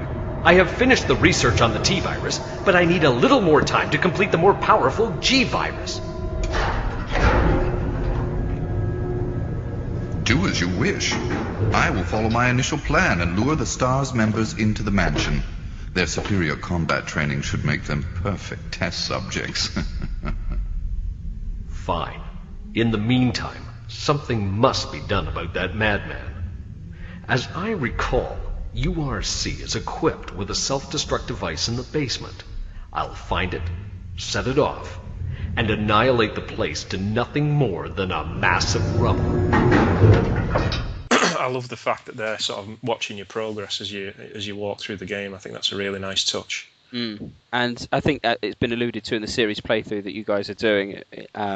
it makes Wesker a bit more complete when it comes to Remake. And obviously, I know you don't obviously get that moment where you go, he's the backstabbing bastard. But I suppose even in Remake, you work it out within I mean, seconds. to be honest, I mean, obviously the original was my first game, and even though I'd known people had played it, it's so telegraphed that he's in charge of the game, if you like. It wasn't a surprise. I didn't go, he's the dastardly villain. It was, Yeah, exactly. Yes, that's what I think. That softened the blow, didn't it, from having all the Birkin? And I thought it was genius to bring back Birkin. Yeah. Because obviously that wasn't expected. I don't think. They could have quite easily just had Wesker monitoring it and go, right. I remember when all the media was coming out and that one website landed an exclusive render of the promo shot of Birkin, and I was just like, this is amazing. This is like the best thing ever. We're going to see Birkin actually, just being Birkin.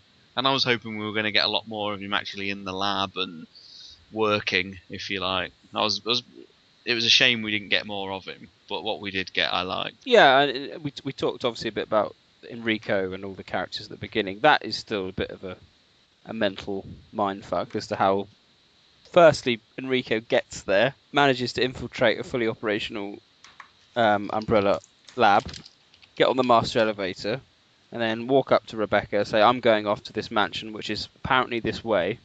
I can't go anywhere that way. It's ridiculous, isn't it? He's so passive in the conversation as well. It's just ridiculous. The only way he could go, he'd walk straight into the Tyrant as well. Yes. or he goes up the lift, or he goes up the. He does fight the Tyrant, though, doesn't he? When he goes up the lift in Umbrella Chronicles. No, Enrico.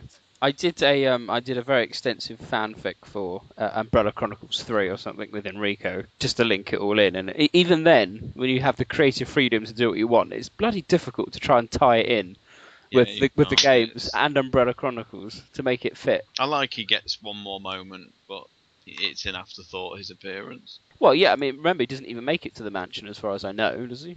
No, he hits the caves. He hits the cave, yeah. So how does he get into the cave? It's almost as if they thought, we're near the end of the game here, and we've not had Bravo team in it. Let's just quickly chuck Enrico in for one scene. Yeah, it is exactly that. Is it true as well? I always had a myth that his voice actor is the same as the very original game. I was going to say before. Excuse me. Jill, is that you, Jill? I'm sure it's the same actor. actor. Soon. I've heard. I think it was confirmed on a forum a while back, but I can't find any evidence I ever saw it. But they do sound similar. They do, yeah. I was going to say that before. That'd be nice if it was.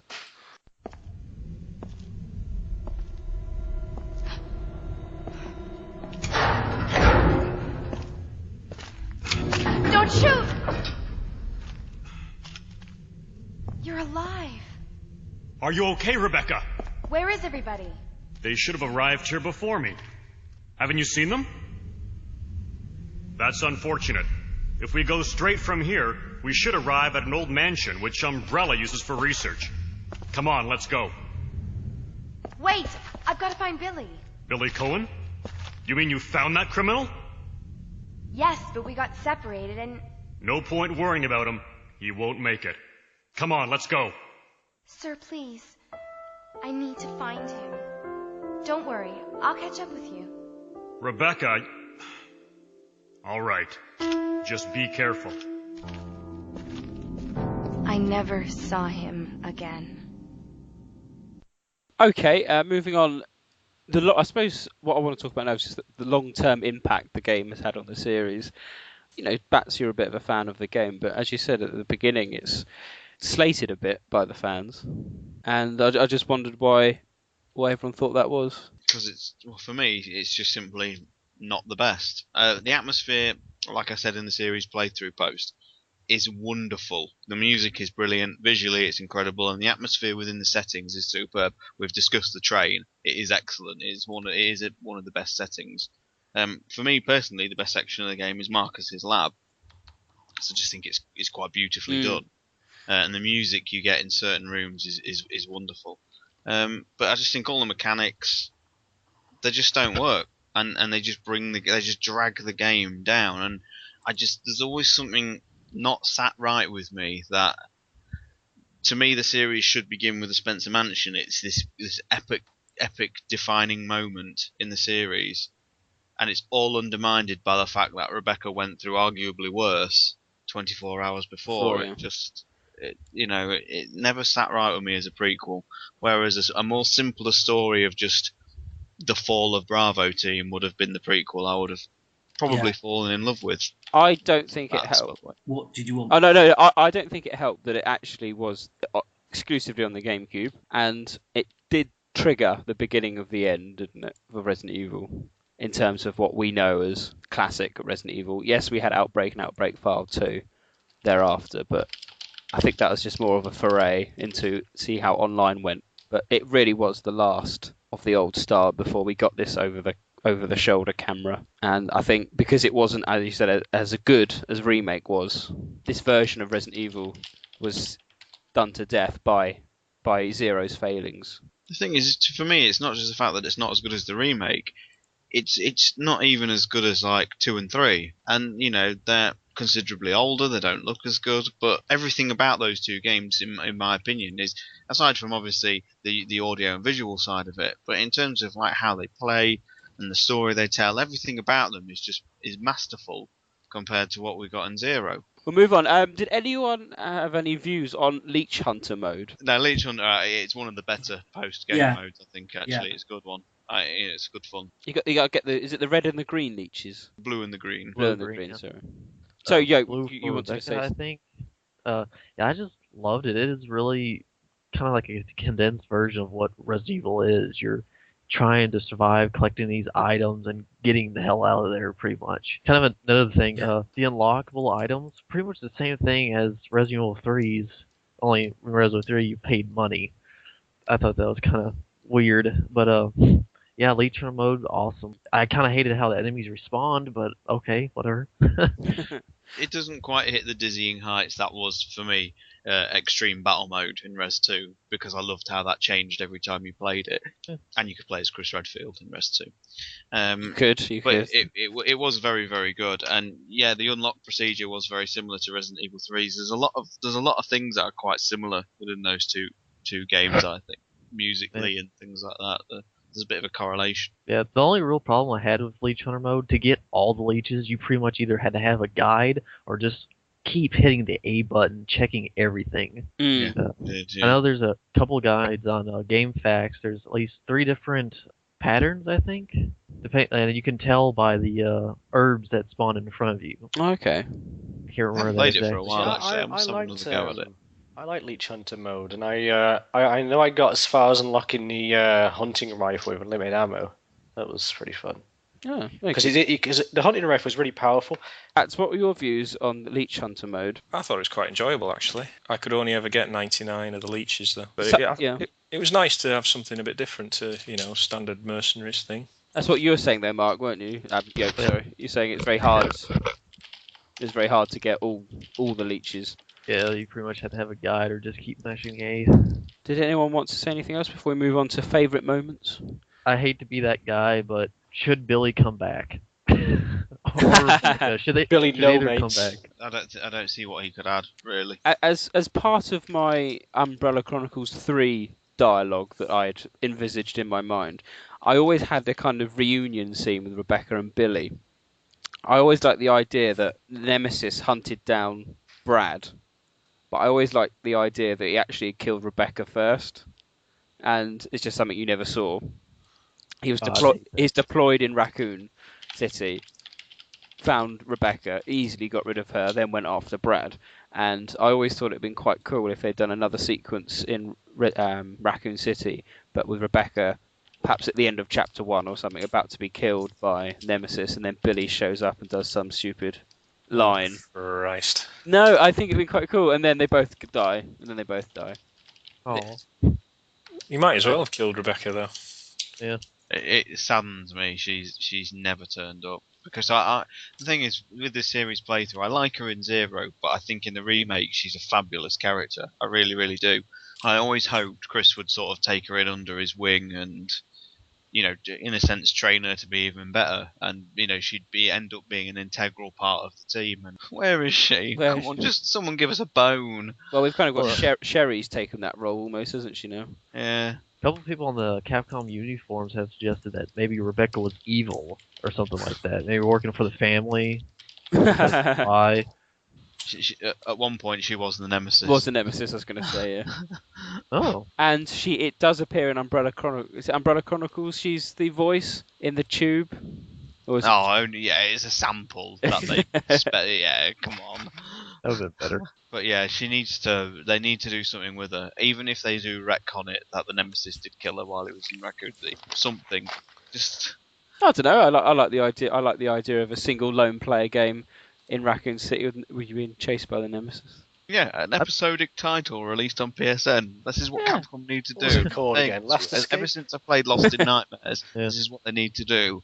A camera angle driven game, just made on a very low budget. There we go. I'd be fine with that, but if they do like Resident Evil 7, there's a file that says, "Oh yeah, by the way, Rebecca's dead," I'll be completely pissed. They kill people off screen like that. Okay, we'll move on to everyone's favourite moment. George, what would you say your favourite moment of the game was? Well, I just loved the opportunity to fight a tyrant. That was just for Sean's benefit. Sorry. No, my favourite moment was I don't know. My first overall favourite moment was the fact that it was just again pre-rendered backgrounds, static camera angle, and in the same presentation as Remake. But as Sean said, unfortunately there were no good mechanics to go with that. The whole of the Ecliptic Express experience was my favourite moment in the game, I suppose, and Marcus's Marcus's study as well, with the music that went with that. Two good moments for me.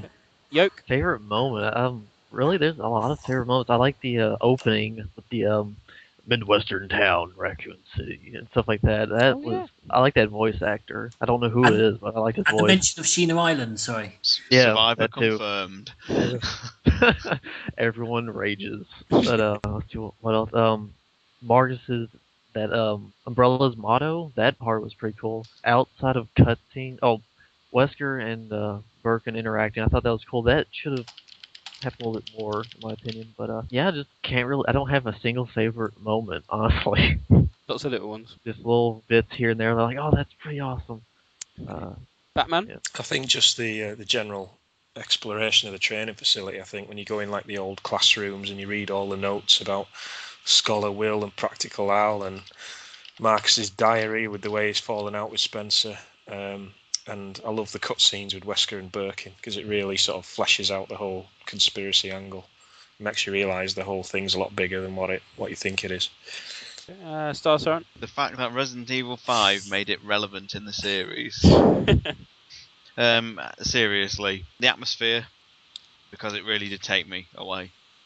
It surprised me how much I enjoyed just playing through the game on the whole.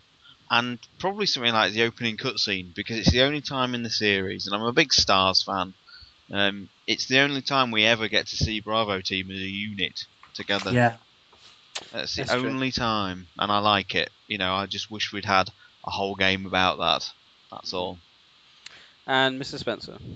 I like the beginning with the when you get on the train, the first gameplay section, and the train hasn't started moving yet. I just hear the gentle patting of the rain against the windows and side of the glass of the windows. It's very, very atmospheric. I like that. It's good. Yeah, because you see the reflections. Like if you look at the seats, you can see the reflections, the shadows rather. Sorry, of the rain falling on the windows on the seat covers. I like that. It's really very atmospheric. It's good. I'd say as well, just quickly, the bit where Rebecca's walking to the train and the rain starts to fall in the intro is brilliant. It is brilliant. I think the train sequence as an act is one of the greatest thirds, if you like, of all any part of the series. And I think it beats Resident Evil 4 for the village sequence, for example, at the beginning. I think it's better than that. There's little bits, there's little bits here and there that are quite nice. I do like to see, I like to see Enrico again. I was pleased he did get this bit, although as we've discussed, it felt a bit shoehorned in. I think Enrico is one of my favourite characters, just because I always like the fact in Remake he'd worked out something's very wrong here, and I think there could have been a bit more inquiry with that. It'd have been nice, perhaps, if they made it a bit more like Resident Evil 2 with different scenarios linking up. You could have had him looking through files, going, "Wait a minute," maybe seeing the X-Day document or whatever it was, or something like that. That would. I'd always had a theory that Wesker had misled him into thinking Chris was the traitor as well, which is why he draws the gun on him in Remake. Yeah, but there we go. As I said, missed opportunity. So we'll move on to scores. What did out of 10? I think this is going to be quite interesting. Yoke, what would you give it out of 10? Back when I first played it, I would probably give it an 8, maybe a 9 out of 10, honestly.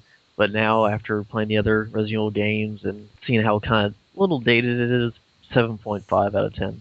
7.5. Stars turn. If it had a traditional inventory, it'd be a solid 7. But because it is awful, the mechanics, it has to be a 6. Ooh. Mr. Spencer? I'd give it a 7, bordering on an 8, because it's as close as you're going to get to a classic Remake experience without playing Remake. There we go. George Trevor? Well, I mean, the whole game is just one big missed opportunity, isn't it? There's the catchphrase. And I did also, can I just quickly say, I did also like the little scene where Billy comes up into the training facility when they come into it for the very first time, and the camera kind of spins around the room. Oh yeah, that was good. It's this. I don't know what if it's the same for others. This is one of the hardest Resident Evil games for me to give a score. Yeah.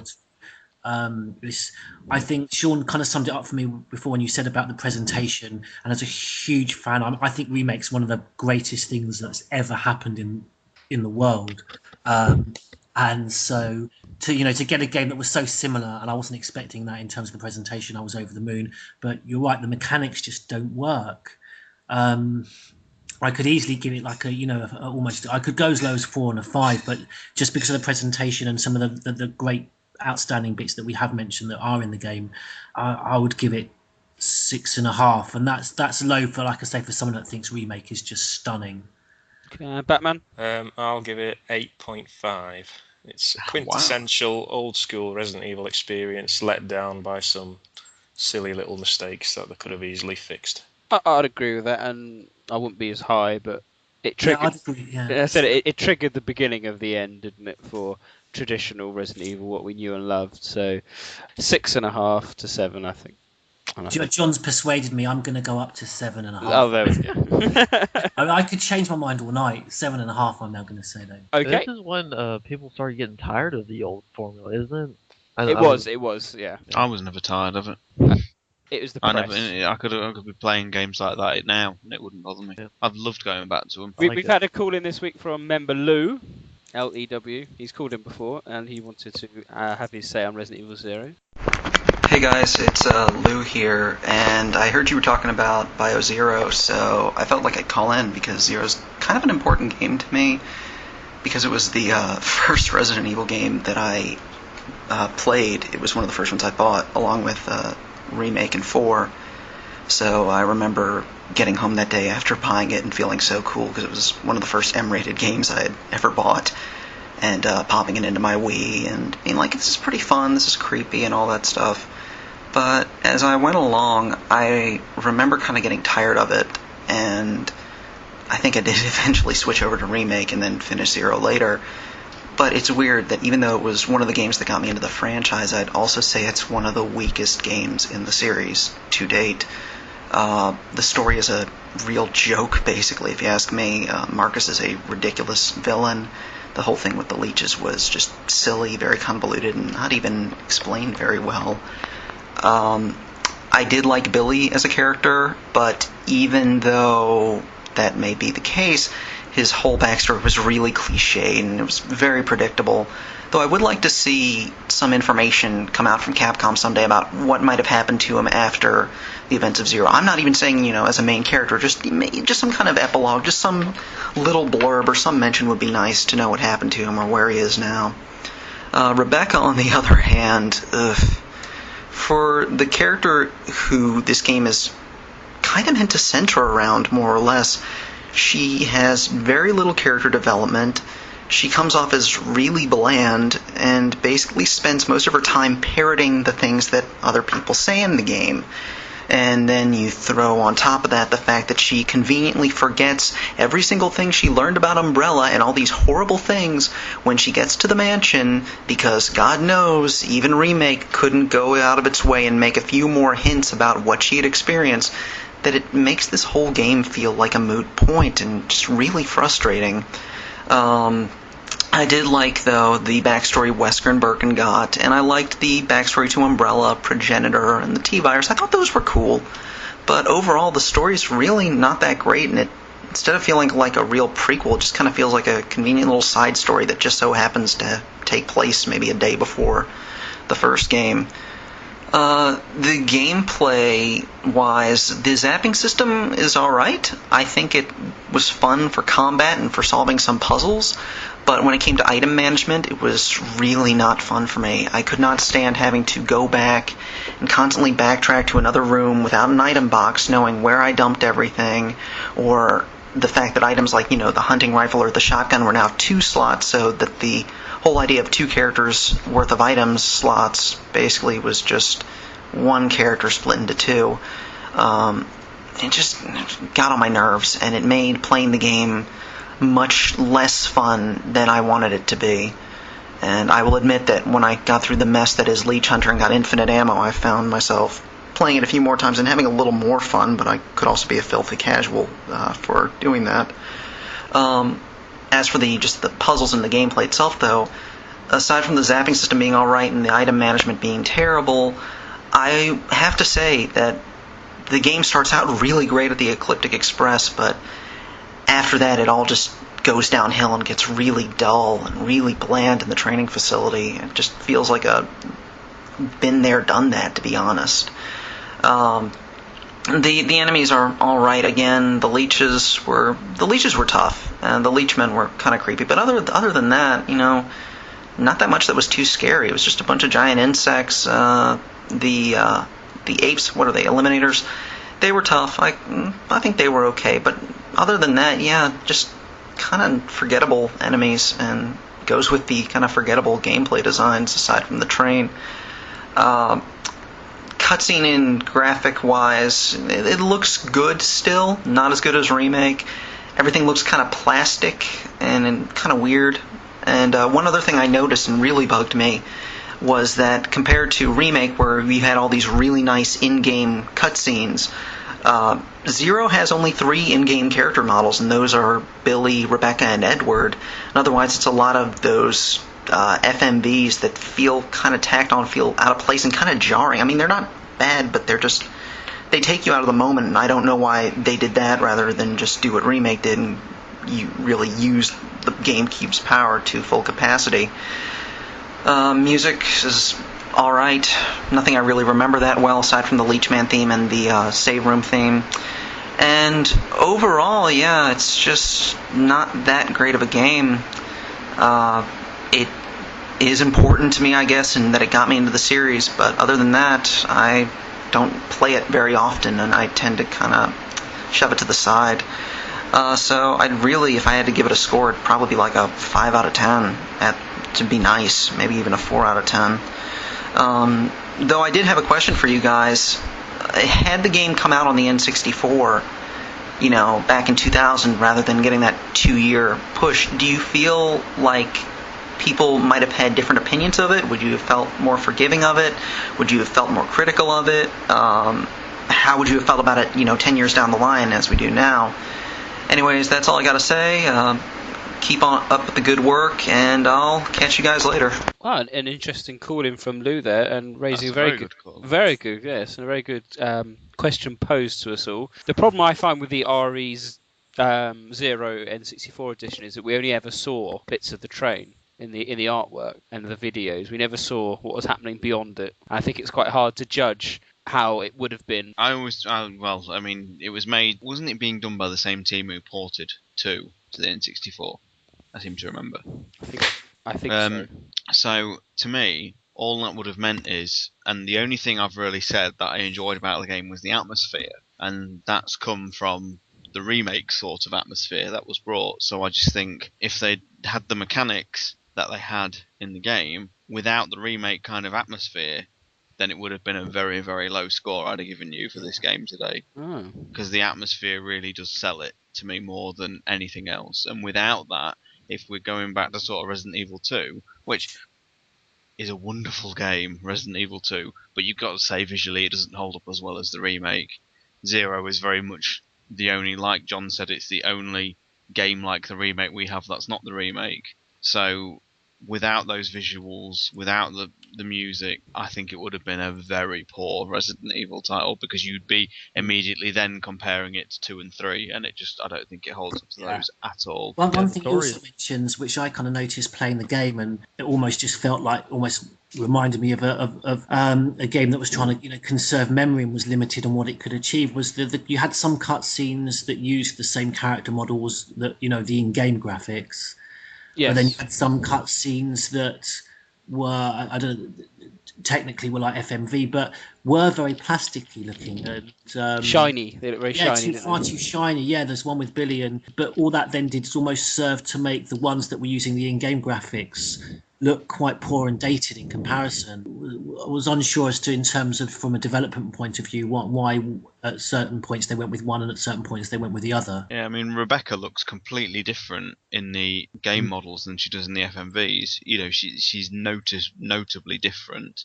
And it's a good point he made as well. I didn't realise there's only ever 3 character models they actually made. That's a good point. And he mentions the zapping, which we've not really talked about. Awful mechanic. Awful. It'd be better in 2-player mode, perhaps. I think this game had to switch to GameCube, because if they'd carried on and released it on the Nintendo 64, there's no way it could have competed with Remake. No, it would have been very quickly forgotten. Yeah. Right, on that note, that very damning note, I suppose, it's time to end. It's now time for Neptune and Newsies Biohazard Quiz. Their minds will be tested. I have an answer, but it's based on a thread that Welsh made. Experiments will be undertaken. I've been told by the boss that you have to be deducted a point. Fuck off. Great knowledge is needed. I got massive 0 out of 5 last time. And a new power will arise. Jesus Christ. What fucking question is that? You said these questions weren't hard. I might as well just have said, what sandwich was I eating in 1985? Behind the lights.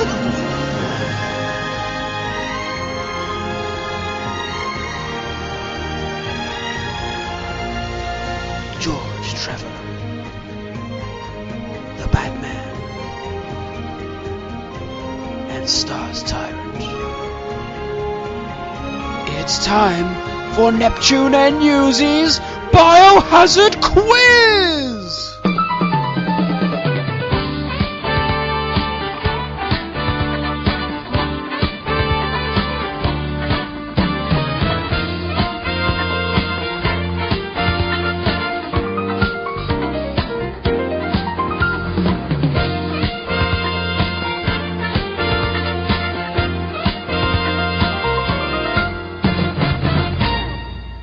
Mr. Spencer.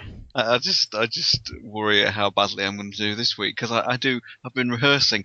Well, I went on holiday. I downloaded the Chronology of Evil and was like, I've been reading it and I can't remember any of it now. I just can't remember any of it. So it's going to be hopeless. I'll just have a quick look at the questions. There's no timeline questions this week. So, well, there wouldn't be, would there? Because I've been And then you've made him feel worse now. Yeah, sorry. Right, so a quick recap on the current scores. Batman is still leading with 22 points, followed by George Trevor with 17. In third place, it's Mr. Spencer with 15.5, and Ty, you are on 14.5. We welcome Yoke to Neptune and Newsies Biohazard Quiz. Welcome. Hello, and you possible to get a negative score, by the way? Sorry? Is it possible to get a negative score? Is it? Well, if the answer is so ridiculous, maybe, but I wouldn't have thought so. Okay, if I'm gonna get 0 of them right, I'm gonna at least shoot for negative here. I will say no guest has ever got 0. You can only get a negative Uh-oh. score if you quote the confidential report or a Paul Anderson movie. Oh, Why let me- Nick oh, is the Or an host. SD Perry novel. Don't forget, Nick's the quizmaster here, so he may give Exactly. bonus points. Oh, Nick writes the questions, but he doesn't know the answers. That's true. Yeah, that was amazing. Yeah, that was good. He's not a very reputable quizmaster. No, so a quick recap of the guest scores. So this is obviously for your benefit. Yoke Ridley is currently leading in conjunction with the Wanderer and Romby. They have 4 points apiece. Welsh, Smiley, and Archelon have 3. Our moderator Sindra has 2.5. Selfish Gene, M. Greg, and Zombie Fred have 1. But I'm sure Selfish Gene's going to look to improve that next time he's on. So, I assume you've listened to the podcast before. You're clear on the rules. We have 5 questions. I'll write them down on Notepad or various stationary instrument, and then we'll go back afterwards and go through the answers. So, if you want everyone clear their desktops, open up Notepad if necessary. Here's question number 1. I will say, actually, before we start going, an eclectic mix of questions this week, covering various media. Question 1. What was the original arcade name for Survivor 2? Bloody hell's bells. So this was are you after going back to the original, very, very original name it had? Very, very original name, yes. Superb. Oh, hold on a second. So what? This was just for the arcade where you had like 2 people could stand side by side and play it. Correct. I think I've remembered it now, because didn't you play it? You played on it, Sean. You mentioned it on one of these podcasts. I'm sure you did. Yeah, but there was a name it was given way, way back when. Yeah. Yeah, I think I've got it. Yeah. Excellent. So get back to me on that one I first. smell a conspiracy here. Okay, question number What 2. do you think, John? I've got the artwork Conspiracy. somewhere.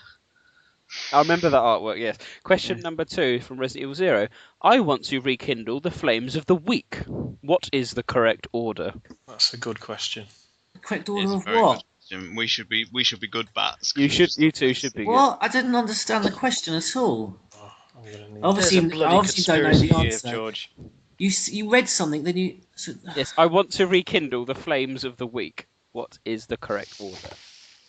Is it week? Is it like a week or the week? W-E-A-K.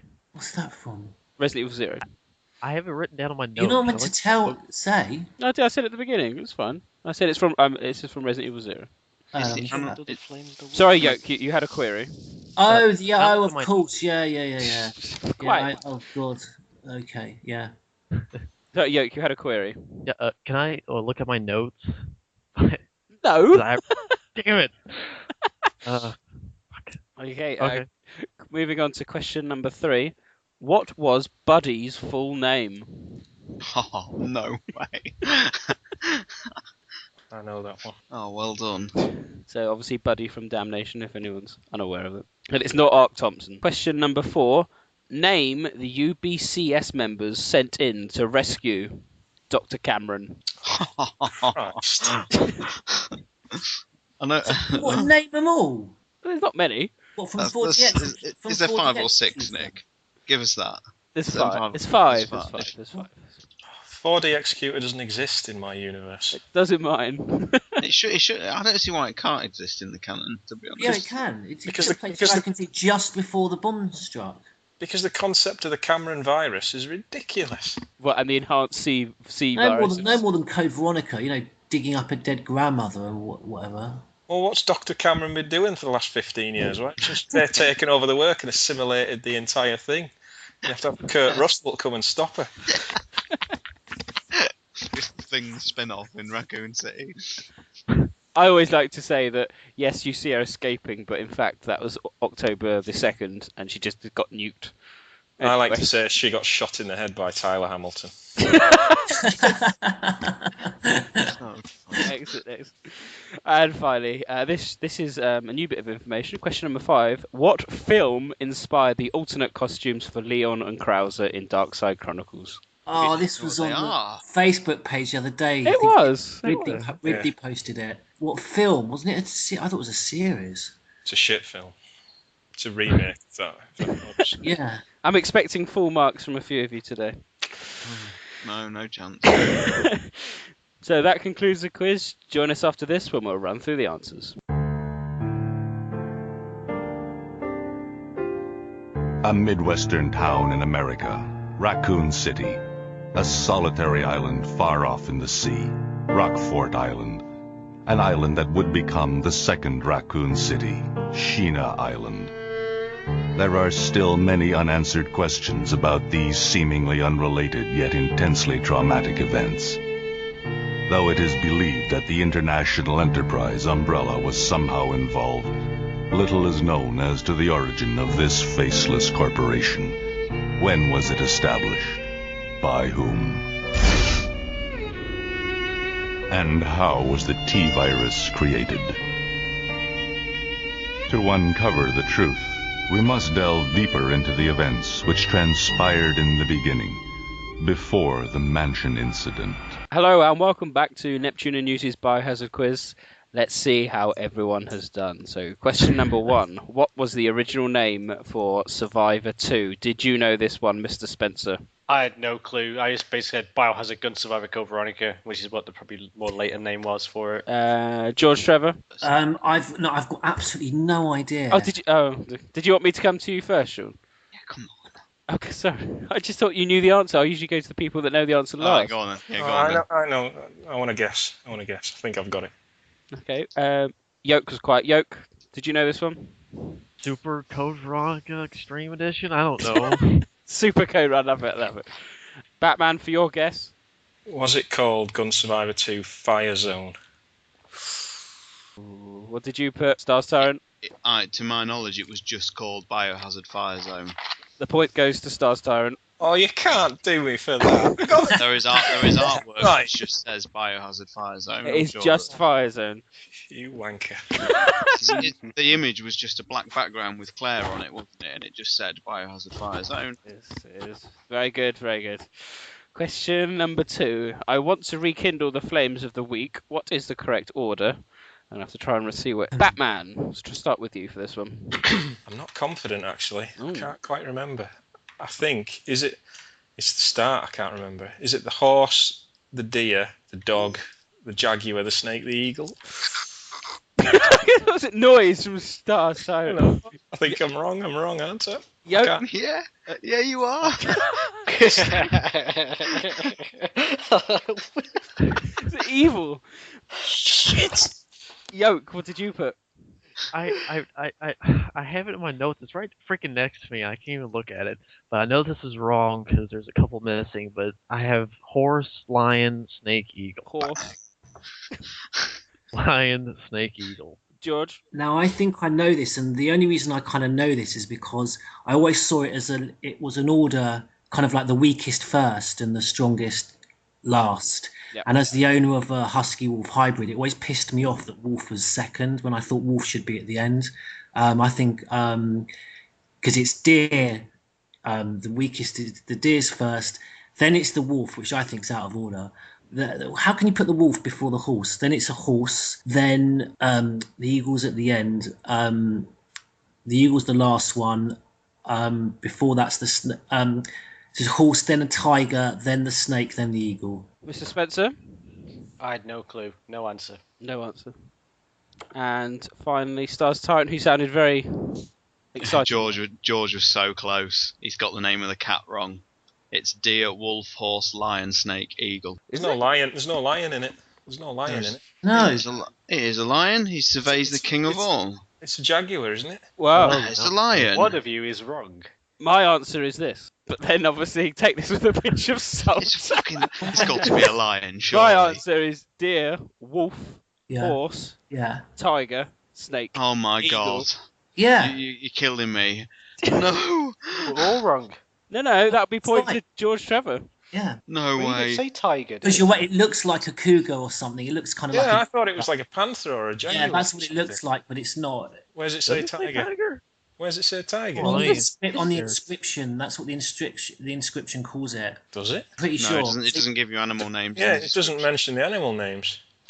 Oh my god, I can't believe that. I've had that stolen. It's a fucking tiger, it says. See, it is a tiger. That's what I got. Let me find an image. I need an image. I can't believe that. I thought it was a female lion. I kind of always thought it looked like a panther.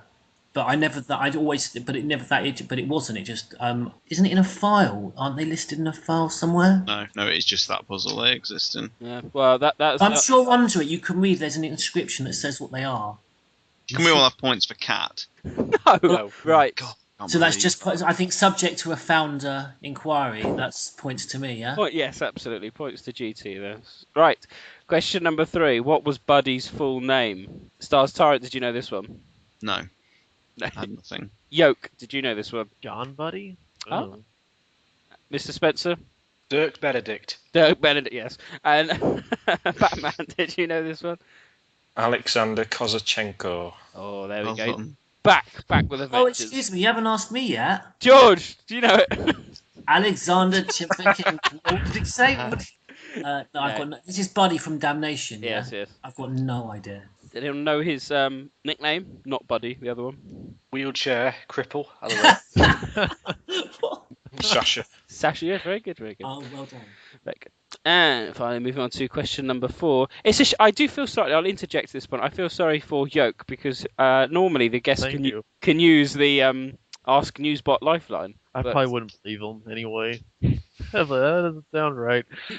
It's unfortunate. Well, that lifeline's been It's back for the online. past You 4 can podcasts. always just PM him online. That's a good point. Okay, question number 4 was name the UBCS members sent in to rescue Dr. Cameron. Ty, any ideas? I've got 2 of them. Ed and Claus. I can't remember the rest. Ed and Claus, right? Okay. Mr. Spencer? I got 2 as well, Ed and Klaus, but I've also tried to go Tony and Connor. I don't know, but I don't know. Okay. Yoke? I don't know. No. George? Oh, I'm sorry, Yoke. No, I don't care about the non-canon stuff. So Well, that's the reason. It's Well great. said. Well said. It's grey canon. So I've seen it once, like a while back. I don't even remember what it was even about. What if it is canon and the whole universe since then has been populated by Cameron-like creatures? My Exactly. God. That's how our reboot starts. George, did you know this one? The only one I could remember was Klaus. Batman? Childs, Windows, McCready, Clark, and Bennings. Excellent. Points for Batman. No. Because I'm feeling in a generous mood, I'm going to give half points to Ty for getting 2. And who else got 2? I did. You Klaus did. and Ed. You did. Very good. So you can get half. What were they out of interest, Nick? They are the following: Roger, Ed, Klaus, Robert, and Norman. Yeah, of course. Of course, those famous people. And finally, question number 5: What film inspired the alternate costumes for Leon and Krauser in Darkside Chronicles Batman? Miami Vice. George Trevor. Well, I mean, I would have had no idea, but I know because Ridley posted this just last week on the Facebook page. He did, yep. It was the remake of Miami Vice. Correct, yeah. Yeah. Mr. Spencer. Miami Vice remake. That's what I put. And Stars Tyrant. Do questions like this all the time, Nick, where you are literally asking questions of the Facebook page days prior. Miami Vice. Well, it is a test to see if anyone looks at it. And Yoke? I was thinking of a Western outfit that they were wearing, so I don't know. Just no. Oh no! It was Miami Vice. Oh dear. Let's have a look at the scores then. This week's winner is Stars Tyrant with 2.5 points. I had question 2 cruelly robbed from me, by the way. Well, there we go. But that's subject to inquiry. But No, George was right. Although the more I'm looking up, the more the cat is in question. But everywhere I've looked says tiger. To be honest, The way I remember it is that it looked like I thought it was a panther, but then the inscription underneath called it something else. It doesn't give it a description. It just says I am the king of all I survey or whatever. Well, the lion is traditionally seen as the king of the animal kingdom. That's where I thought it came from. Yeah, it's definitely not a lion. It's not a lion. Anyway, so that means Star Tyrant, you win this week's quiz. Well done. 2.5, followed by joint second, Batman and George Trevor with 2, and then in third, Mr. Spencer with 1.5. Yoke unfortunately didn't score a point. Unfortunately, that's unfortunate. I will have my revenge. Global bird in my inferno of hate. So let's Very good. How can you take Fire Zone off me? Because, well, quite easily. So let's see what that's done to the scores. Batman, you're still leading with 24 points. George, Trevor, 19 points. But joint third now, Mr. Spencer and Stars Tyrant, both with 17 points apiece. Congratulations. We're starting. It's very clawing close. my way through. It's close down at the bottom, but we're starting to get a runaway leader, aren't we? It's like Vettel in the championship. Indeed it is, indeed it is. So thank you very much for playing this week's edition of Neptune News' Biohazard Quiz. Join us next time when we'll have some more questions.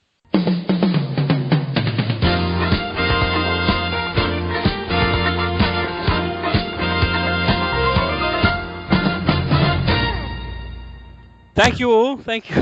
Good quiz, good quiz. Yeah, not too bad. I like the idea of using a Facebook question just to see if everyone is reading our Facebook page, which is... Oh, don't forget the Twitter feed as well. Oh, yeah. Yeah. Oh, yes. This is a final reminder to everyone. If everyone follows us on Twitter, I now follow us on Twitter, which is very exciting. So the next podcast, as we've mentioned in our previous podcast, we're going to have a go at doing a live podcast. And I say live, i.e. it's not going to be live. It's going to be live, that we're going to record it in a kind of round table meeting style. And you get to see our lovely faces. How wonderful, how pleasant for you all. The idea being that we're going to head over to George Trevor, where he resides. And we're going to set up a few cameras in his home. And we're Spencer Estate. The Spencer Estate, yes. Yeah, absolutely, Which yeah. he designed himself. In the back of the art room. You know what, George? I should have you design my house. Yeah, I take commissions. As long as they either look like a mansion or a boat, I can do it. So if I want to go to the kitchen to make a cup of tea, do I need 4 crests to get in? Oh, here we go. Yeah. Anyway. Hands off my daughter. She's only 14. 2 more years. Says Batman. Sorry. John, that was kind of more aimed at you more than anyone else. Anyways, yeah. So the idea is that we have a few cameras set up, and we're going to try and do. I think IGN do something very similar with their podcasts, but we're going to have it so you can see us all discussing these podcasts, and we're also going to double it up as a bit of a staff meeting as well. So that should be episode 21. So that should be coming to us. I have no idea when. I think we've booked it for the 6th of September. As when our podcast is going to take place. So I don't know how long it's going to take to edit it. I don't think any of us have particular good video editing experience, but we'll have a go. We bumble by these podcasts, so I'm sure we can get through it. So that's something very exciting to look forward to, I think we'll all agree. I'm not quite sure what topic we're going to discuss yet. I do know we have some extremely big news coming.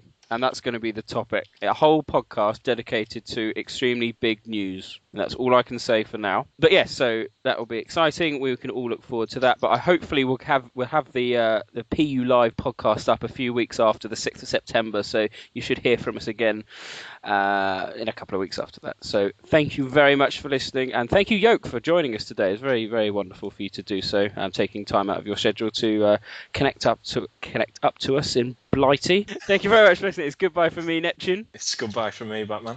It's goodbye from me, Stars Type. It's goodbye from me, Mr. Spencer. And it's goodbye from me, Yoke. It's goodbye from me, George Trevor. I may be seeing you soon.